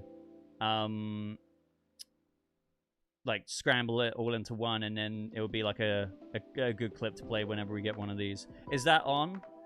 No, Sween, that one isn't. The only reason is because it would be blowing into this mic, and you guys would literally be hearing... And nobody wants to hear that. I've got a little desk one here, though, which is why I'm doing okay. And I've got, like, you know, ice packs and stuff like that. So, just kind of, like, playing with this. Real Bleep, again, I always get worried, like, when people send in very, very generous super chats. I mean, any super chat for that matter, especially when it takes me ages to get to them. I hope you're still here, man, and I hope you know how grateful I am. And I know you're probably still here, but just wanted to put that in just in case. Or if you're maybe watching this on playback, I don't know. Jesus. Guys, what is going on? I don't know what I did to deserve this community who go, like, to insane levels to the point of where I can't even speak properly with how generous you guys are. But I know I'm very thankful for it. Frank Mondor, thank you so much for sending in a gifted membership, dude. Always sending in the gifted. Wait, who ended up getting it? Lyrical Outlaw. Lyrical Outlaw, you now have membership. Thanks to Frank Mondor. 66 55. Thank you, bro, as always.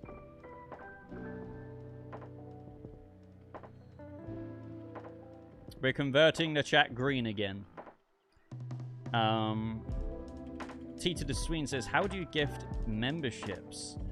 I think when you click on whatever you click on to send super chats, there should be a membership option, right? There should be. Super chat, super stickers. Wait, it's not available for me now. That's really weird. I can't see it either. Wait, what? But I've seen it there before. That is so weird. But then how did Frank Mondor do it? If I can't do it and Sween can't do it. Patreon or YouTube, you can't give chats if you have iOS, but I'm on Windows. That is so strange. I'm on, like, you know, a PC. I should be able... Wait, let me... Genuinely just intrigued about this. If I open a separate, like, window to my stream... Wait, let me... Oh, yeah, I can see it now on the normal web page. So, yeah, if you're on, like, a PC or a laptop, you'll be able to gift memberships there. And it's the same process as, like, sending in the super chat. You just choose memberships instead. But, yeah, from what Cedric said, I forget that sometimes on iPhone or whatever, like, they're like, no, you're not allowed to send in gifted memberships. How dare you? I'm on my phone. I do it, like, every time. But do you have an iPhone, Frank?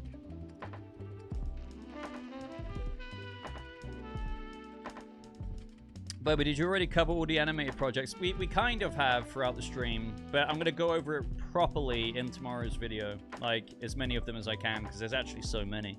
There's also, like, a Joker show. A little crypto... Like, I'm probably not going to cover, like, crypto, the little crypto thing. It's not like those are DCU anyway. It's like they seem to be, like, kids' animated shows.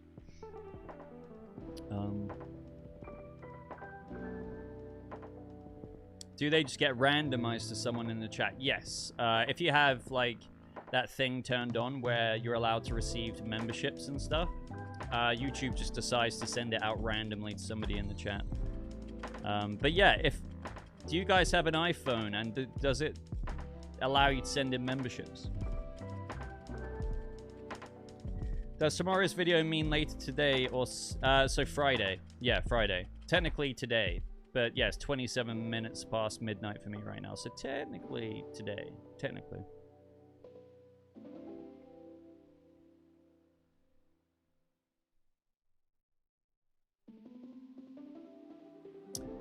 Soul Stylish Jukebox. After your wife gives birth, how many weeks do you expect to be off the air? I don't think I will be off the air for any weeks, if that makes sense. So what I mean by that is, like, don't get me wrong, I'm going to be around here at home for my wife and child, but at the same time, we spoke about this a couple of streams back. I will be, like, waiting on them. Like, anything they want, they get it whenever, but there's also only so much I can do. So I'll be there for, like, quality time, everything like that, but I won't be necessarily recording videos at the same rate. I'm just going to do it when I can, maybe edit a little bit here and there, and if I could put out a video, I'll do that kind of thing.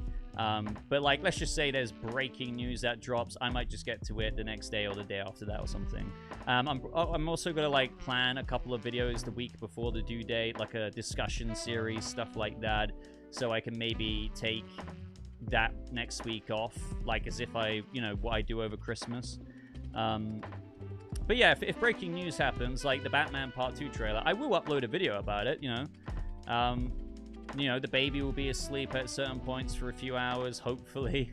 And I'll just be here. I'll be streaming when I can fit that in for an hour or two. So I'm not going to just disappear for, like, multiple weeks.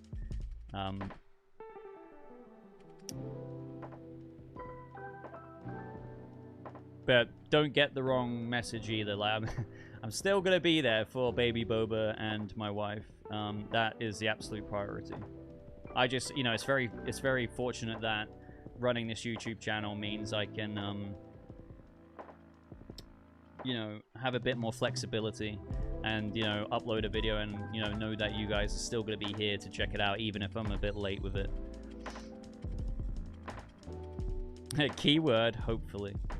How's it going, Jug from Mexico? Buster Barnes, thank you so much for the £5 super chat. I hope you're doing well, dude. Seen Supergirl twice. It was decent. Could have been a lot better with 10 to 15 more minutes to flesh things out. Wish I could have been a fly on the wall in editing. See, I'm glad that you enjoyed it. You found it decent, but it could have been way better. I think that's what I was saying as well. It was decent. It wasn't great. It wasn't like very good, but like I think there was like that's the ironic thing, right? I think Millie Alcock was very that's a weird way of saying it. Alcock was very, very good. But still, like, in the whole package, I wouldn't say it was very good. I hope that makes sense, because I know some people... I've read enough comments on my review yesterday, people be like, oh, you're coping, or you're shilling, but it's just like, I'm really not. I'm just like... I'm pretty sure I critiqued the crap out of this, but I also found Millie Alcock great. Doesn't mean you find the movie great, it means you found Millie Alcock as Supergirl great. It's weird that you have to, like, distinguish nuance to people.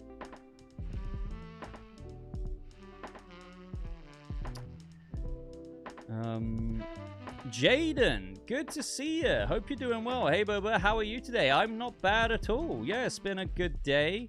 A bit too hot here in the UK kind of thing, but you know how it is. Yeah, I mean, I've liked reading all the DC news today. Looking forward to talking about that in a video tomorrow, usual time. You guys know that I tend to upload quite late my time, like 9 to 11 p.m. So yeah, I'm good. I hope you're doing well as well, Jaden. Fan ASMR. Thank you, Real Bleep, for another freaking £2 super chat. Wait, are you saying that you can hear my desk fan, or were you referencing this one that I've actually got off earlier when I was like... Can you imagine if I actually just had that constantly blaring? Thank you, Real Bleep, so much, man. I'm just, like, shaking my head in disbelief, by the way. That's why I'm still just like, what has happened this stream? Jesus. You guys have still broke the Super Chat goal. It's not updating at all. What? Work.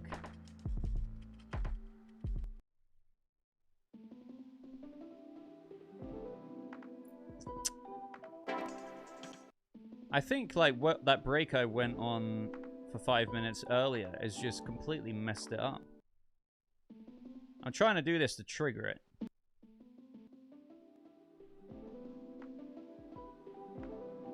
You guys have literally smashed the goal so much, it's broken it. Yeah, I mean, normally what it does is it averages out, Morgie, whether people send in dollars or pounds or memberships, I think. It kind of, like, figures it out.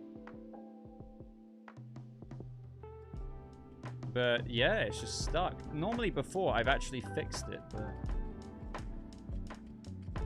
That's so bizarre.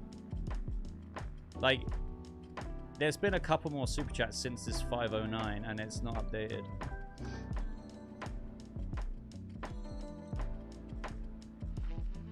We can't hear any fan. Okay, good, good, good.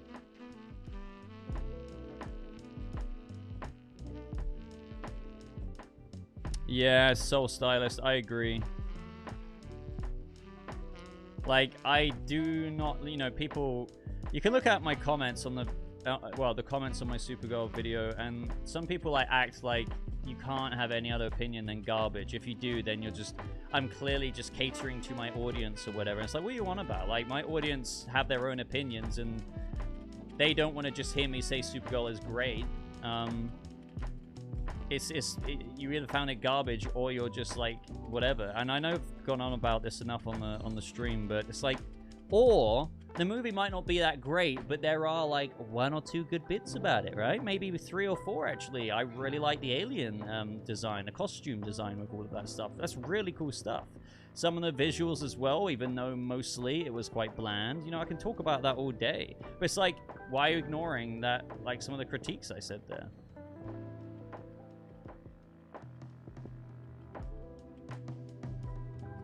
I think they don't watch the whole video. I think that's what it is. Can't really blame them because it's like 32 minutes long. By the way, I tried to cut that down, but I get to a point where it's like everything I've left in here, I feel like I want to say because it's like I'm reviewing the movie, like whether it be design and visuals or Lobo or Superman or Kara or the plot, why I found Krem compared to the comics. You know, I don't know how to put it more concise than what I do. Like I just have something wrong with my brain. Sequential, I swear I answered this earlier. Did you see Masters of the Universe? I heard it's good. No, but I really, really want to. I really want to. It really seems up my street. I've heard it's good as well, you know, despite the box office. So thank you so much, Sequential, for always sending these super chats in. And yeah, I really want to. I'm looking forward to seeing it whenever I do get to see it. It's definitely on my list with quite a few other movies as well.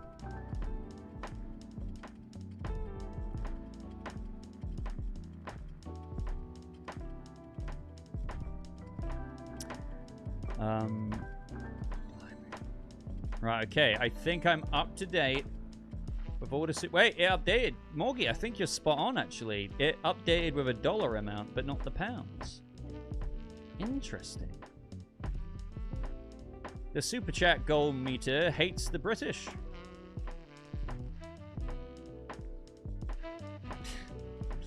I was going to say something. What was I going to say? Right. Okay. So we're up to date with those super chats. Now, do you not think it's good? What did the British ever do wrong?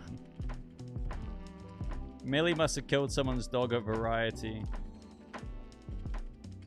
Some people were saying it's because of what Gunn said about Deadline that one time where, even though it wasn't Variety, it was Deadline, but he was like, you know, I thought Deadline did thorough reporting. So I don't know. The trades kind of went after it quite harshly.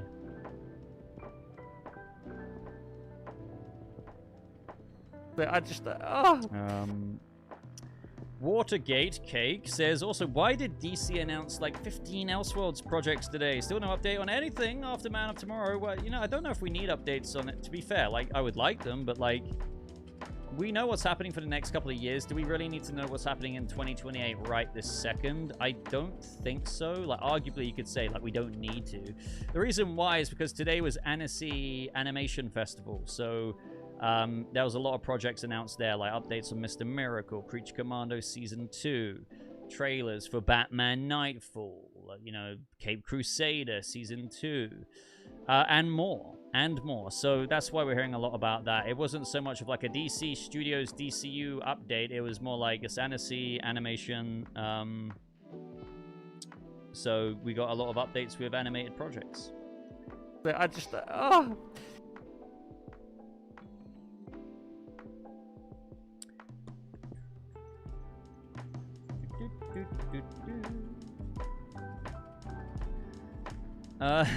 Real Bleep, thank you once again, man. Wait, did that update? Thank you so much. Thank you. Guy like me. Interesting. Getting all that. Oh shit. Didn't mean to do that. No. Apologies, that was the wrong one. Bloody Matt Reeves. Now we go crazy with super chats so he remains out of sync. Wait, oh yeah. Oh man, thank you. Thank you. I probably will be out of sync. I'm like constantly out of sync here. Oh, dude. Real Bleep, like seriously, thank you so much, dude. MVP. Really, really, really, really grateful, man. And Frank, wait, what? Frank Mondor? What the fuck? And now there's 20, wait, maybe this is why it updated. It discriminated against Bleeps, £10. but it updated with Frank's $20. I don't know what's happened to my super chat meter, but it's not liking the good old Great British pounds. Which, how dare you, super chat goal? You are fed by these super chats. How dare you discriminate against them? But Frank, not much, but a little gift for baby Boba's arrival. Thank you, Frank. No, dude, like, it is greatly appreciated. But it was freaking 99 cents to $20, dude. Really appreciate the sentiments there and the generosity. It means a lot, and it will be going a long way. This whole stream collectively is insane, and like that amount down there is not even reflecting what it really is. So you guys have gone like the baby Boba pot has gone around, and I'm carrying a heavy pot now. So thank you so much. It only respects the US dollar. Yeah, for some reason it's just like it got. I think it's British pound calculating brain broke with like when frickin' Bleep was sending in like the 200 and the 50. At that point it just had like an aneurysm on the British part of the brain for the super chat goal, but it's still going with the American.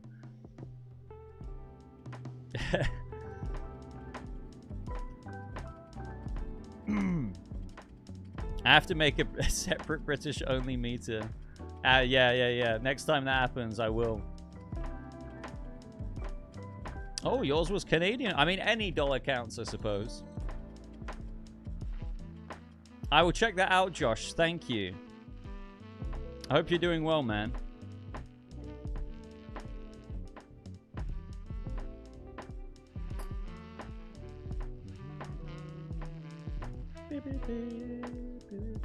How's it going, Doughboy? Hope you're doing good, man.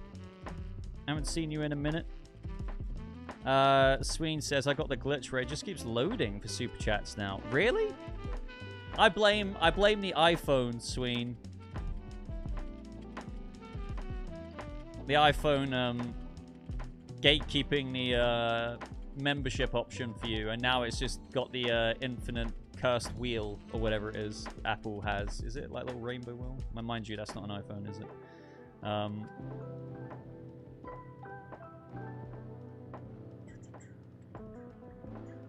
Do I need to charge up my computer from high school? I mean, that's up to you, man. That's up to you. I mean, if you want to try and fix it, like, without having to do that, you can just try and, like, completely exit out the app or something like that and then join back on the live stream. But I'm not sure if that will fix it. I don't know. Sometimes it acts weird. But your computer from high school, how old is that? You don't have to answer that.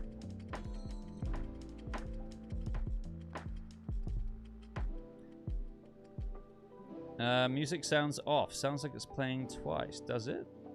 Oh, I think it's because... I think I know why. That might be better now.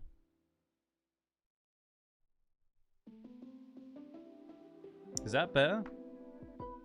The only thing is, when I do that, you guys won't be able to hear anything like this. So I'll need to fix that somehow in the future. I closed out of YouTube and it didn't. That's so weird.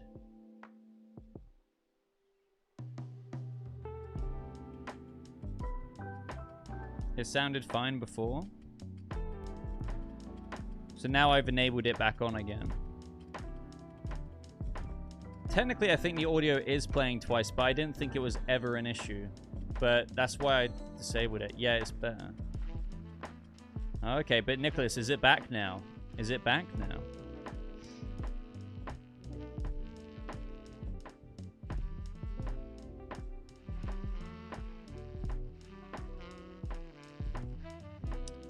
I don't know. It was new in 2022, 2023. Oh yeah, yeah. Your PC or laptop, whatever it is, Sween, will be fine. That way, you'll be able to get access to gifted memberships as well. To be fair, Sween, with the amount of super chats you've sent in, I feel like you could have converted the whole chat green if those were gifted memberships. In one fell swoop. And like everyone would have just been like like sween snapped.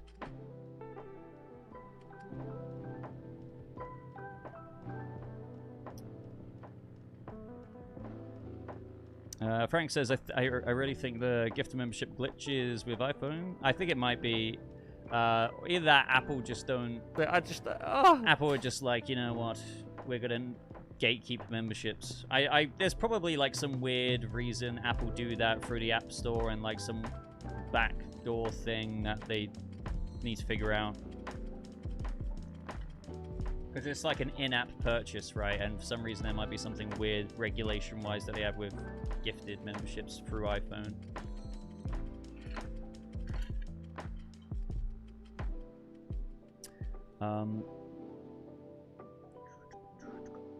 Bleep!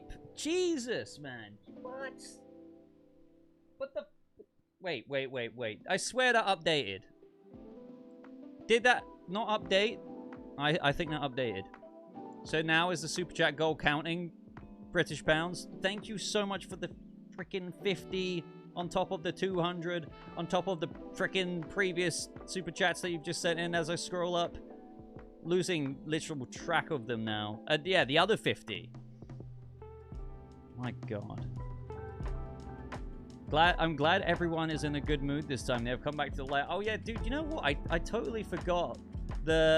Yeah, this stream's... I mean, last stream was pretty freaking crazy, don't get me wrong. Like, I feel like the vibe from the beginning completely changed the further we got in. But yeah, this stream is completely different to whatever was going on in that previous one. I can't even remember. What were people arguing about initially? What was it? What was it? But yeah, like... Yeah, I remember now, Bleep. I'm acting like this happened 5 weeks ago and my memory is hazy, but like, I think, obviously, like, streaming a lot, it all blends into one. But Morgie's like, you. What did I do? I was thinking, was it the Supergirl reactions?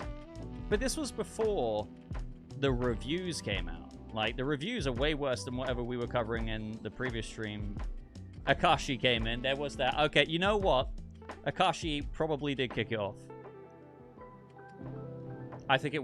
You know what? That makes... that you've just solved it. You've solved it. You have solved it. Me simping for the DCU. Yeah, oh yeah, that came up as well. That did come up a couple of times. And how apparently I'm different now after the James Gunn interview.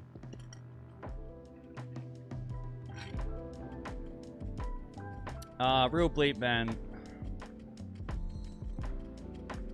I am absolutely, immediately after this stream, going to be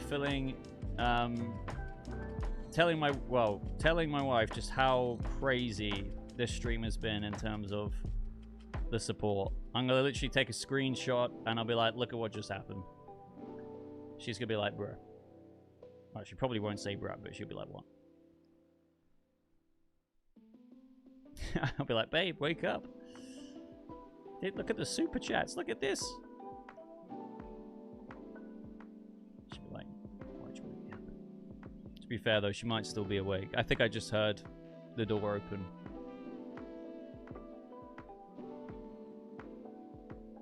Morgie, is Bert still alive and well? The physical Bert that you created. Really? Begsy just said Supergirl has an audience score now. We go on Rotten Tomatoes. Supergirl, Rotten Tomatoes. No, there's no audience score. Isn't it a bit early for the audience score? He absolutely is. Watches streams with me. Okay, good. I sometimes think, I'm like, I wonder if Morgie's like maybe got rid of him. I don't know, or like I don't know what she would have done with him. But I haven't heard about Bert in some time. I've literally thought that like 2 or 3 times, meaning to ask you. Wait, what? Yes, there is. I see it on the app. I'm on PC right now, and it's just got the dash. It's all grayed out. That's weird. Wait. Maybe if I used a VPN to change my location to the US, it might, like, I don't know. But I don't know if that would screw over the stream. Bleep, seriously, man. Thank you also for, like, contributing to the mood of this stream with, like, the crazy super chats, man, and I know I keep, like, at this, like, keep stumbling my words, but it's just, that's where I'm at. That's where I'm at with...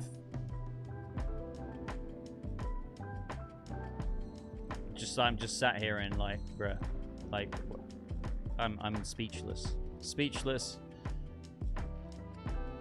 from the insane support. And guys, still, that super chat goal amount is not correct. It's still not up to date. So wait, maybe now if I disable it, it will update. Come on. No. There's certain super chats which it wanted to ignore. But I just... Oh.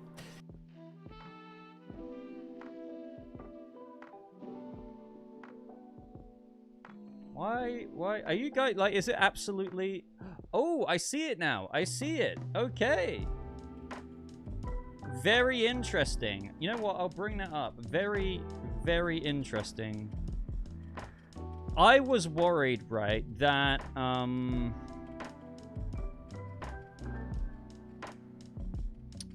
the audience score might also be trash. And to be fair, it can still drop.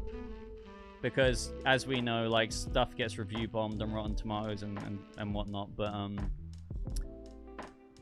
75% popcorn meter for audience score is actually, like, good in terms of it could have also been in the 50s.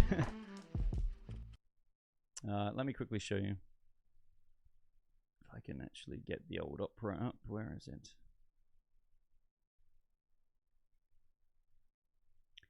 Opera. There we go. There we have it, ladies and gentlemen.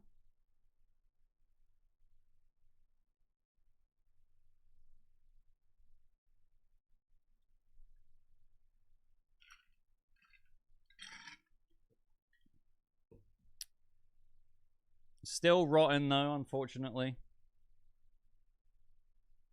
Why is that cutting off?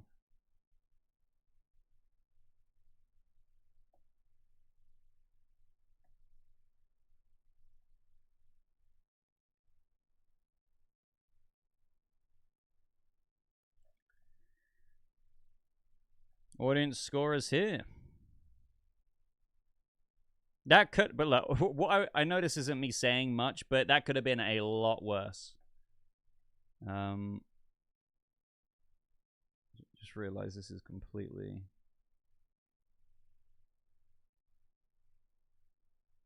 There we go.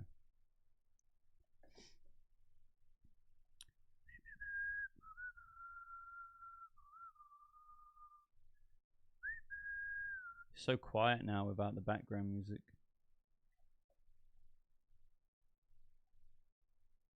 %59%, okay, and then yeah, so it might drop, it might go up. We'll have to wait and see.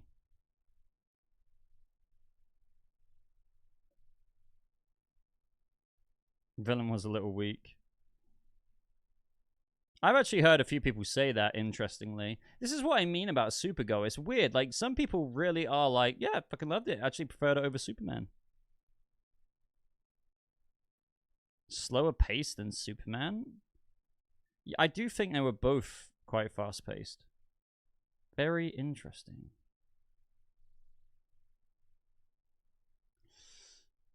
Alright, okay. Well, just wanted to show that quickly. Because that's just, I did not expect that to drop while we were live. 75%. I think that's what Warner Brothers would choose to flex. Being like, see, audiences like it.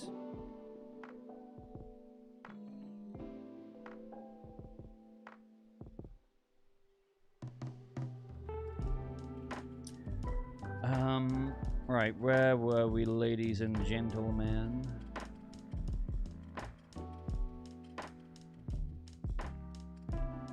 Well, it's not that deep. The real bleep. Thank you for the £5.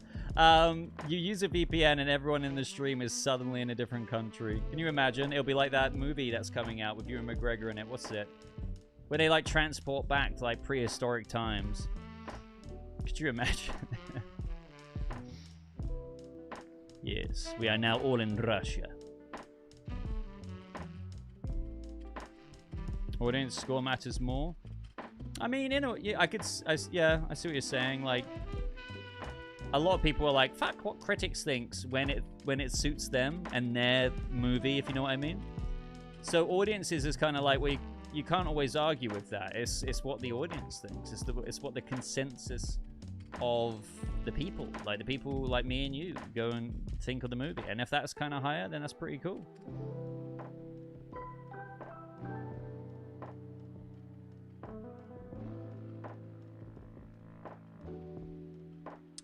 Boba, can you watch the Nightfall trailer on here? I could try. The only thing I worry about when doing that is copyright, but I might be able to. I don't know if there's any copyrighty music in it.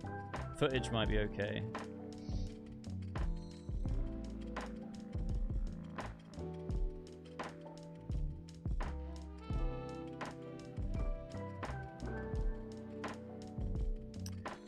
I'm going to be very honest with you, Parker. I haven't seen The Dark World in so many years that I couldn't tell you.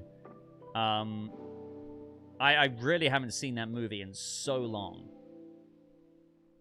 Yeah, so I actually couldn't tell you that, like, honestly. I'd like to think that it is, but I genuinely barely remember anything about Thor: The Dark World, so... Begsy said that it's better, but not by much.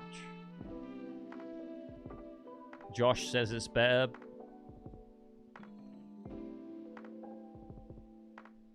Max Shea just got back from Supergirl. I have a mixed reaction, but I will say reading the comic book beforehand makes the movie worse. I agree with that.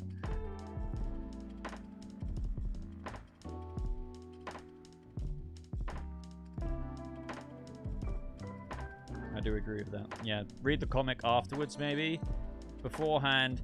And I didn't want my criticisms in my review to just come from the perspective of, oh, he read the comic, and because it's not like the comic, he doesn't like it. It's like, no, there's plenty of issues that's why I tried to say that line in my review, saying something like, do I think you'll find it just run-of-the-mill, like, will you find it a run-of-the-mill kind of generic movie, even if you haven't read the comic? I said, yes, I still think you will probably identify that for yourself.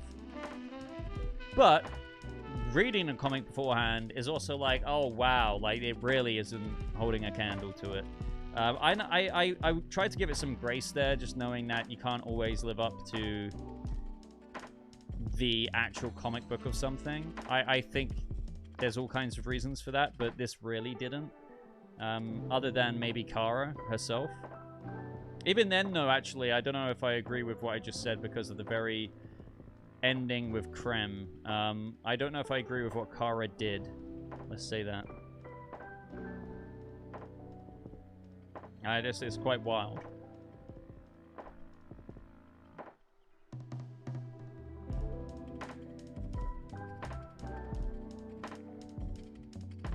Unfaru! It's like Underoos. Beep, beep, beep, beep. Cedric's like, I agree. Yeah, let's just say that doesn't happen in the comic. If anything, it completely is a 180 from what they do in the comic. I said in my review, I think it was a very deliberate decision. I think I get why they did what they did. But, like, what the fuck? At the same time. The comic book, seriously, if you've read it, is like, and I'm saying this without spoilers, but it's like, it's the complete opposite message to what happens there. For so many reasons. And I also don't know what they would have done, to be fair, in this movie, because I knew they wouldn't have done a time jump. So when it comes to the Krem thing, he's also like a scumbag, so like, I don't know what you're really going to do with a guy like that. But yeah, I don't know. I don't know.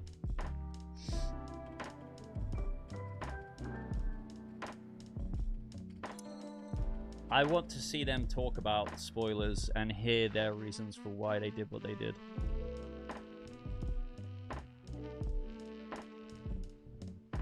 You're absolutely spoiling.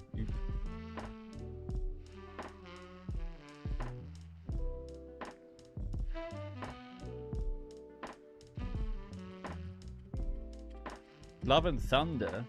My God, yeah, I prefer Supergirl any day to Thor: Love and Thunder. Any fucking day. I'll say that easily. Like, Supergirl still isn't like a great movie, but like I do not like Love and Thunder. It's yeah, I prefer Supergirl, absolutely.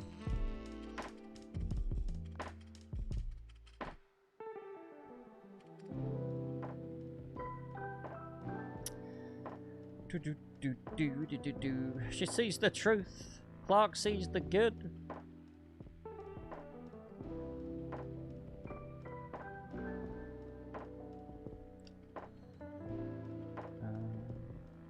As a series? Since when? A series? What were we talking about? Oh, yeah, Real Bleep. I'll be covering this in tomorrow's news roundup, but yeah, I assume that you're talking about the Absolute Batman series that is coming our way, which also, by the way, guys, Scott Snyder is showrunning it.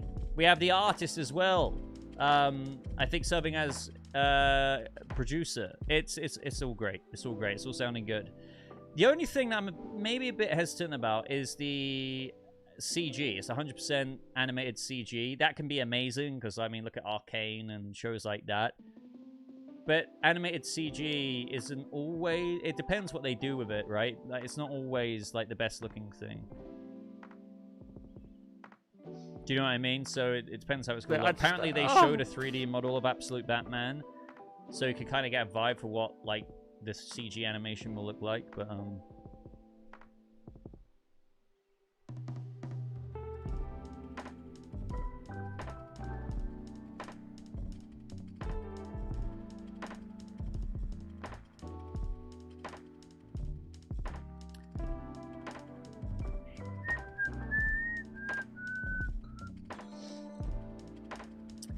Swifty, thank you so much for the £10 super chat. Boba, after the weak trailers and mixed influencer reactions, I don't get why you said to me you have no doubt it would be above average. Lol, having said that, because I'm a Supergirl, SG Supergirl, where a Supergirl. I absolutely loved it. Wait, did you? Wait, have you? Wait. What?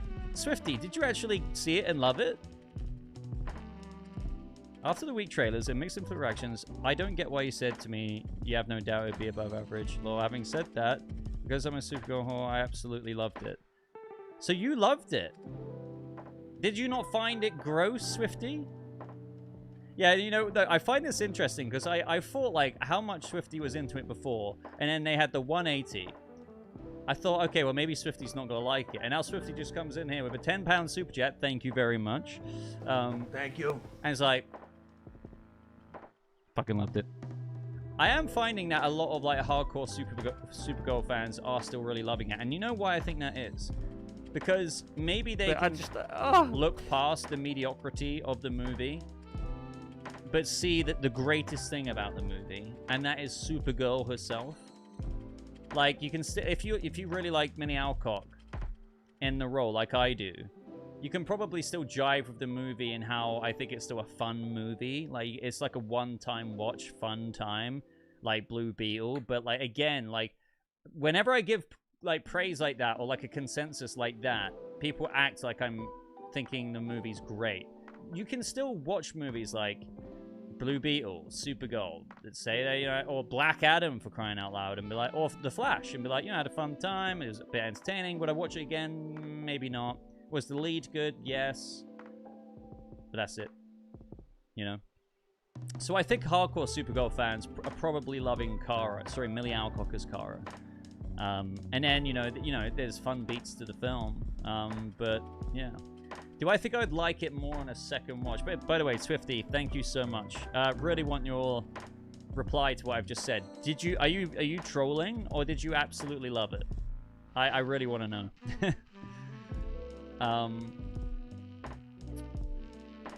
Will I enjoy it more on a second watch? No, I actually think with movies like this, I think I'd get more nitpicky. So one thing I failed to mention in my review, but only because, well, I don't know if I would say failed, is it's because of spoilers, but there's quite a few moments in the movie where, what I wish I did say really in my no spoilers review is, there's a lot of contrivance in the film as well. Like, this happens, it makes no sense, basically. Or they're doing it to further the plot. Like, writer writes this to move the plot forward, and the only reason it happens is because writer wrote this. Normally, in a movie, you try and make a reason as to why, a reason that makes sense as to why said thing went that way. Now, you get two reactions whenever you bring criticisms like this up. You get people being like, it's just a movie, stop nitpicking, just enjoy it. But on the other hand, it's like, no, that was stupid, it was really contrived. Why did this character not do this? Why did this character get away with that when they were right next to this person? It makes no sense. Like, by the way, there was times in the movie where Ruthie, like, came out of a vent. There's a guy pissing right in front of her. Like, as in, this far away. And then she manages to jump up to a vent that I don't even think that she could jump and climb into. And do all of that with no noise. It's shit. Like, this is what I mean. Some people find that nitpicky. But it's stupid. It doesn't. It's like that wouldn't have happened. The brigand would have turned around, grabbed her, been like, right, that's it. You know. There's many times in the movie where Supergirl could have abso-motherfucking-lutely grabbed the cure off of Krem, like borderline with ease. Didn't happen because they needed that to happen in like the final showdown, like that confrontation. So I couldn't talk about stuff like that in detail because it's spoilery. But that's what people mean with the writing as well. Like, not just maybe dialogue that people have issues with. It's like, But I just, it's like those moments can become egregious when you do it again and again and again and again and again and again and again. You can suspend your disbelief with some things, like, oh yes, you know, whatever. But there's moments like that where it's like, okay, come on. Yeah, but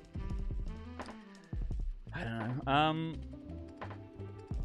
The Real Bleep, thank you very much for the £5. I personally liked Love and Thunder. I seem to have the complete opposite opinions to other people in movies most of the time. Really? I mean, I just don't know if I'm ever going to watch it again. So what I will say is, would I say that Love and Thunder could be fun in a similar way to how I'm trying to identify and say, like, there's fun elements to Supergirl? Yes, because I remember when I watched it, obviously, there was funny moments. But I just don't look back on it fondly. I don't really like Love and Thunder much at all. It's like Black Adam. I got entertainment out of it, but am I going to care about it much or watch it again? No, not really. But yeah, like, I'm trying to find, like, redeeming factors to Love and Thunder for me. But I just don't think I can. Like, even visually, with the way they, like, use the volumetric kind of stage backgrounds, I really don't think that looked good.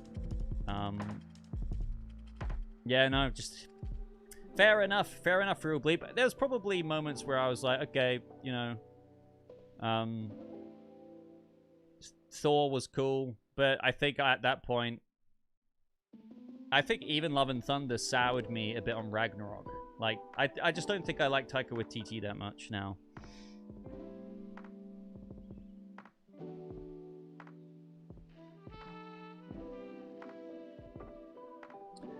But thank you very much, Mr. Bleep, as always, with the very, very generous super chats in the stream. Thank you. Comic fan. By the way, guys, did we ever determine, can you hear the music twice in this stream, the background music?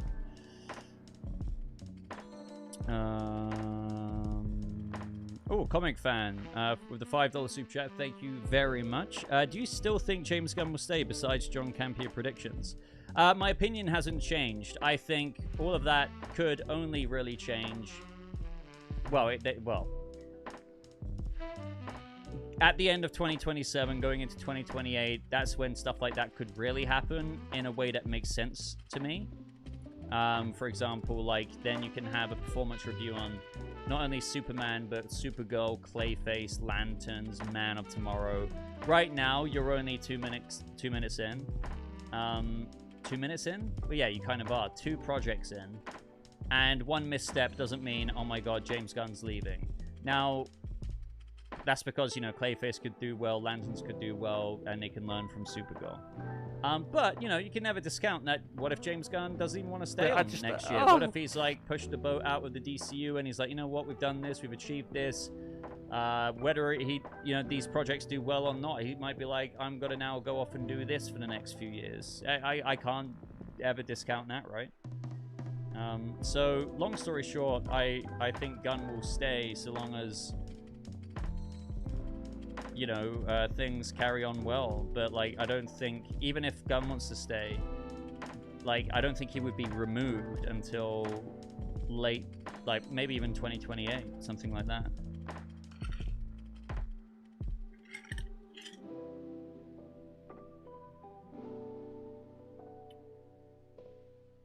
But, thank you, comic fan. And thank you, everyone. This stream has been bloody crazy for Super Chats. The Baby Boba Fund is bursting at the seams at this point.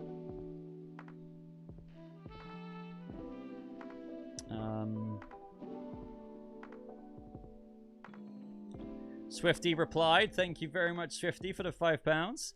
I have a lot of problems with it and still think Gunn sucks, but it is just about great to me. Why late stream? I wish you would stream latest 11 p.m. Okay, well, very glad that you loved Supergirl, especially after the way you were feeling about it going into it. Why late stream? Yeah, I did start pretty late today, almost 11 p.m. Normally, I try and aim for 9 p.m. and then I'm like, okay, I'm going to do 2 hours to 11 p.m. Don't mind if it goes to like 12, you know, try and get to 3 hours if I can. But yeah, just started late today because it just kind of ended up that way. We started having dinner a bit late and was like, damn, look at the time, and then got up here and it's like, well, I'm still going to stream. So yeah, not really much to it, just a bit of a later start today. But I will try and stream a little bit earlier in the future, because I do actually intend to do that, but I think things just get busy in the evening, and then it's like, right, this is the time. But hey, Swifty, you're still up, you're still awake.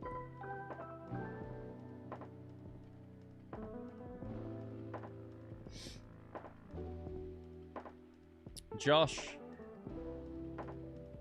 man, I hope work was okay for you. I won't be streaming for too much longer though. That's the only thing, just because it's now 1:15 in the morning, and I need to get up early tomorrow. And also, don't be so selfish. What are you talking about, Jay Shocker?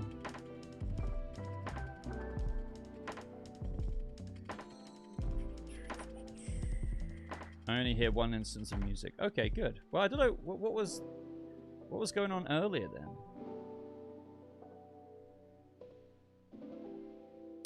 Comic fan.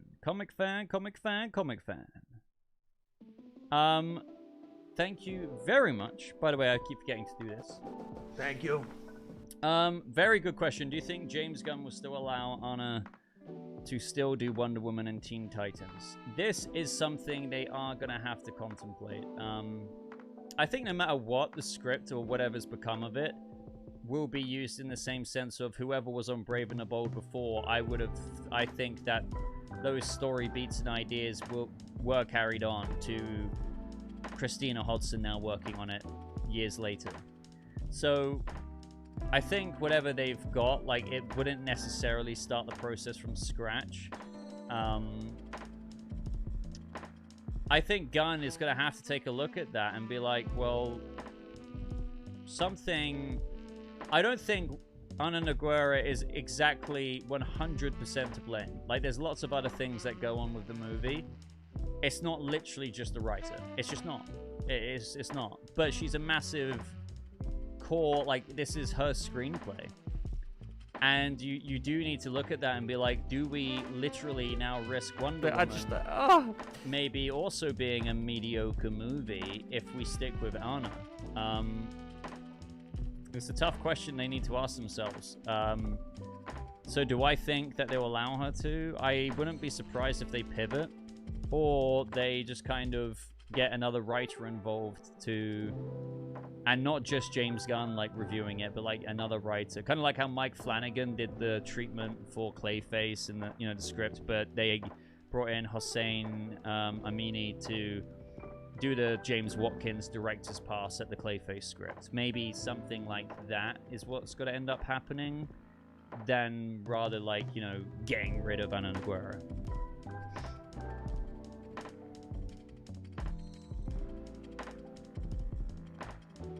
But thank you, comic fan.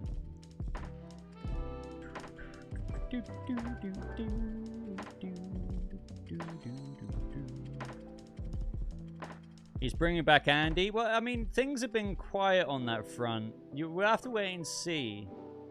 I don't know. I mean, will he? Will he? Maybe. Maybe. But I don't know. I think that could still have a, you know, scheduling conflict kind of, you know, change. Rob, good to see you, man. Good to see you. I saw you pop in earlier. I totally forgot to say hi, man. Hope you're doing good. I haven't secured any crisps, unfortunately. Not until the weekend. Not until the weekend. I hope you have.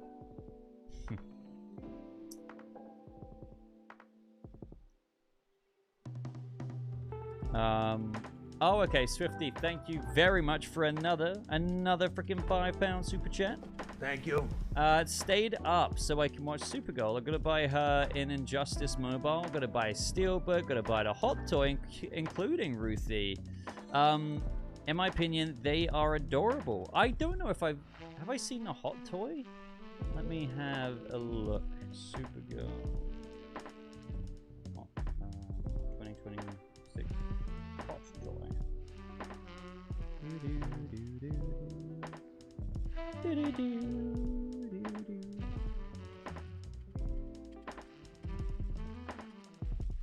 It's that one with Ruthie, is that what you're saying? Including Ruthie. Because there's one with Crypto that I'm seeing. That looks pretty good. That does look good. I need to get more Hot Toys. I've got Darth Revan in the back there that I got for my birthday last year. And I think he's amazing. And I never had Hot Toys before that, so I really actually do rate them quite highly. Oh, you're hoping for a Ruthie one. Okay, okay. They've got such good likeness on the face like models. It's so cool. And you roll out yourself. International shortage on crisps. Thank you again, Swifty, always for your support. Really appreciate you.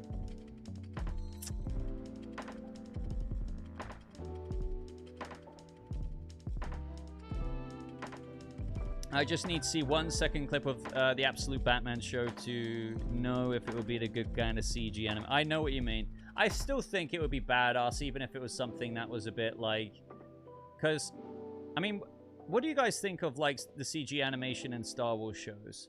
I think, like, people were very used to it, but I don't know if it always... Those kind of 3D, like, CG models look... You know, there's that, but then there's, like, CG animation like Arcane and things like that, where it's like, god damn. Yeah, it could be like Spider-Verse. So I prefer that route over the more Star Wars kind of soft Play-Doh kind of look to them, if that makes sense. But I just...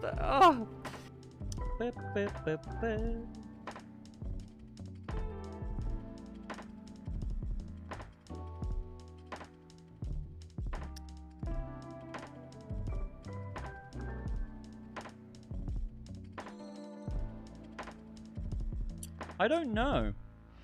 I don't know if he's just busy with other projects as well. I feel like he's more of a consultant these days for the DC Studios team rather than actually writing something. Because, yeah, like, I don't think he has been working on anything that we know of, at least. Because, yeah, otherwise I'm sure he would have been on Brave and Bold or something. Or maybe he was originally. Real Bleep, thank you once again for another freaking super chat. Oh, who's the purple and gold dude above the super chat goal? So that would be my Space Marine from Warhammer. You see well, that's my little Warhammer section down there. He is a larger Space Marine model that I've not finished painting from ages ago. So yeah, he's just chilling there. Do not do enough Warhammer as much as I would like to do, but love Warhammer, love the universe, and very excited for Henry Cavill's Warhammer series on Amazon whenever that finally gets somewhere. I will probably be covering that on the channel. Build up a bit of an audience for that.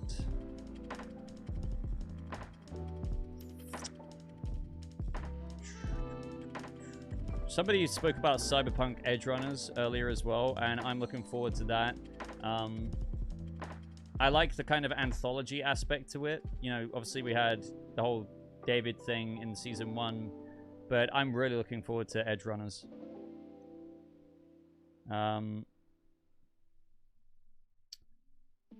Swifty, back at it again. Thank you very much for another £5 super chat. You guys, this stream, just keep on sending in the super chats. Thank you so much. There's not really been much of a break between them, so apologies to the other, like, the live chat. Like, I've just been going from super chat to super. I've been trying to fit in like a live chat every now and again, but like, you guys have just been keeping these flowing. So I can't wait for Man of Tomorrow. Terrible name. I think that's a good name. Not a terrible name. Man of Tomorrow. The only thing is, obviously, it's not like people were speculating if, you know, the branding could change, because it might not be as recognizable as just simply saying Superman. And I do see an argument there. Supergirl will have a big role. But I'm so happy. I'm too late to celebrate, so I'm just gonna super chat. It's cathartic. I'm glad that you're so happy. Honestly, this is like almost weird how much of a flip this is, Swifty. A massive flip for you. Also, Supergirl is having apparently a big role in the movie after Man of Tomorrow, and we're going to talk about that in tomorrow's video, because that kind of came out of nowhere. And I know people are thinking, will that change now? I don't necessarily think so. Because of, you know, Millie Alcock. You know, sure, the Supergirl movie, you can say what you will, but she's the best part of it, so I think they'll still, like, hold that confidence in her. If she's a part of, like, another big movie.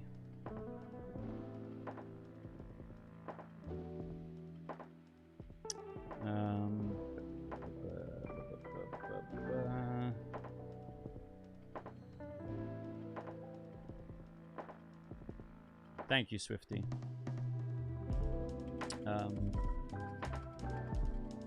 Cedric says, and with the $5, thank you very much, my friend. Thank you. So he said Supergirl felt like Blue Beetle. Same feeling for Lanterns, or higher aspirations / expectations per HBO release? I do not have that same expectation for Lanterns at all. I think that... Is that what you're saying? Like, so... No, I do not have that same feeling. Sorry, my Chrome frickin' thing just died.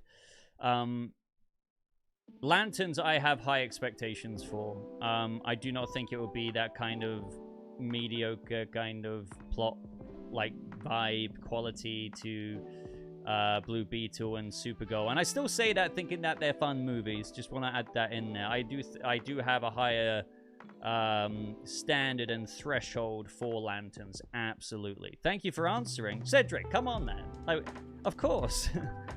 Thank you for sending in the super chat, bro. Like, absolutely. I think I expect big things from Lanterns. I will be very let down if Lanterns doesn't hit the way I want it to. Just because I rarely set expectations for myself, but this one I do think will genuinely be good. it might be so it might be controversial amongst fans, but like broadly speaking, I think people will like it in terms of like general audience as well, not necessarily hardcore Lanterns fans who are like, oh, this is, you know, how dare they make a Green Lantern show like this. I'm talking like generally speaking, it might be, there's a lot of buzz about Lanterns as well within the industry. We've heard that from the major trades, from those who have seen it. Apparently they've said that it's very good in the major trades that were teased. I think that was in a Deadline article. So absolutely not the same vibe for that I had with Supergirl and, well, the Blue Beetle thing. Thank you very much, Cedric, as always. Frank Mondo, thank you very much. Thank you. Why is my Chrome just keep dying? Maybe it's getting too hot in here. Put your Vader helmet on. I dare you. I actually would, but I think I'd probably suffocate. In here right now, it is like 91 degrees Fahrenheit. And if I put that thing on, yeah, so it can be displayed, but it is also a helmet I can kind of put together and put on my face. And I will do it in a future stream just for you, Frank. But right now, I think I would probably pass out on stream if I did that. At least it would sound authentic then. Oh, man. But yeah, sorry, Frank. I don't mean to not obey the super chat request, but I just can't do that, bro. Like, if you felt how like humid it is in here right now, oh my god.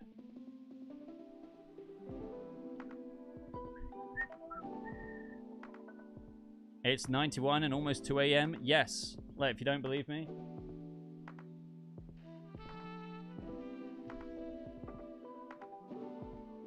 .3 degrees Fahrenheit. Sorry, Celsius. Celsius.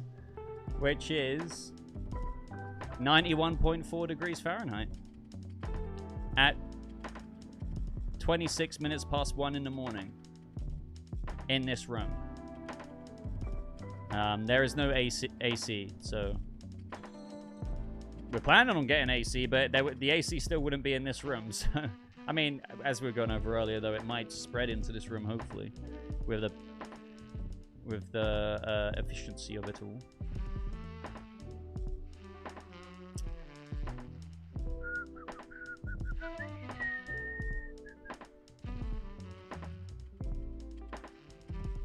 Yeah, imagine like 91 right now. Like, this is why ice pack, ice drink. I've got, like, you see me sometimes looking at the floors because there's another thing on the floor for my feet. So, like, I've been tactful here. And I've got the desk fan going. And I'm still sweating. So that's why I can't put on the Vader helmet. 91 degrees in this room.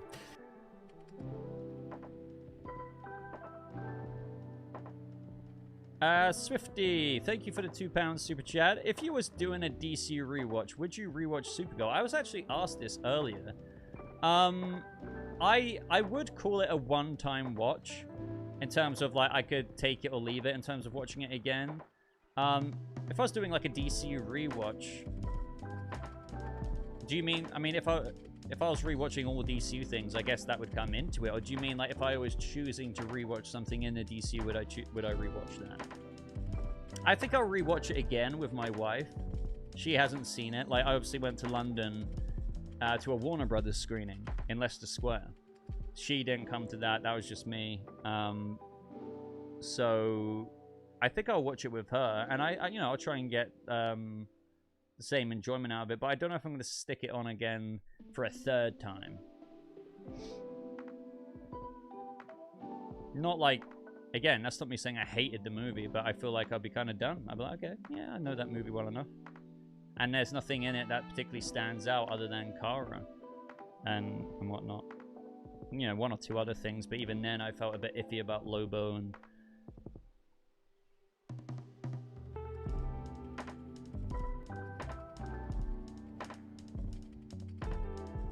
Swifty. Thank you very much. Hey, we both flipped. You said above average. I said bad. Hey, I still used the word average, though, didn't I? So, to be fair, it was, you know, at least I didn't say, oh, yeah, it's going to be great. I've always, I don't know if you guys have actually, like, realized this about me. With Supergirl, I've always been cautious. From the first trailer, I've said, like, okay, did the second trailer win fans over compared to that first one because it was better? But I've always been like, I just don't know if Supergirl's gonna do that great. And that's not me saying I hate to say I told you so. Like, it's not being received well by critics, but I'm just saying there's always been a feeling that this one might be more mid than what it should be and could have been. So yeah. Right, ladies and gentlemen, I hate to leave you, but I am going to close off the stream now because it's 1:30 in the morning. We've been going for 2.5 hours, which honestly, after starting late today, I really didn't even know if I'd make it to 2 hours because we started at like 11 p.m. and normally I should have been live for like an hour and a half at that point. So the fact that we've gone for like 2.5 hours is pretty good, pretty damn good. And guys, I just want to say I'm very lucky to have all of you as a community. Especially you guys know who you are, who went above and beyond. Like this is another stream where I've been incredibly fortunate enough to be sent in a ton of super chats. And I do not take that for granted whatsoever. Like Sween, Milky Death TV, the Real Bleep. It's mad. Like, those were like crazy heavy hits, and everyone else, like, there's almost too many to mention. So thank you so very much. Don't kiss them. Oh my god, Swifty. Thank you so much, and I will be back soon. Like tomorrow, I hopefully a banging video. It's gonna be full of DC news. I mean, it's going to be probably another 30+ minute video with how much we've got to cover. And yeah, I will be back streaming probably early next week. I never discount a weekend, but it's probably unlikely just because I'm usually busy. But until tomorrow's video, guys, I hope you have a fantastic rest of your evening. With whatever you decide to get up to, whether you're just going to chill and watch a show, watch another stream somewhere, I don't know. Thank you all very much. I know I keep saying thank you, but I just want you to know. Thank you, thank you, thank you. My phone's on 2%, so good timing. Yeah. Right, guys. Love you all. Check out the links in the description box of this live stream. Join my Discord server. The link works, so click it if you want to join my community, where a lot of you guys seem to already be in there. And follow me on Twitter or Instagram, or both. It is just @BobaTalks. Until next time, guys, goodbye.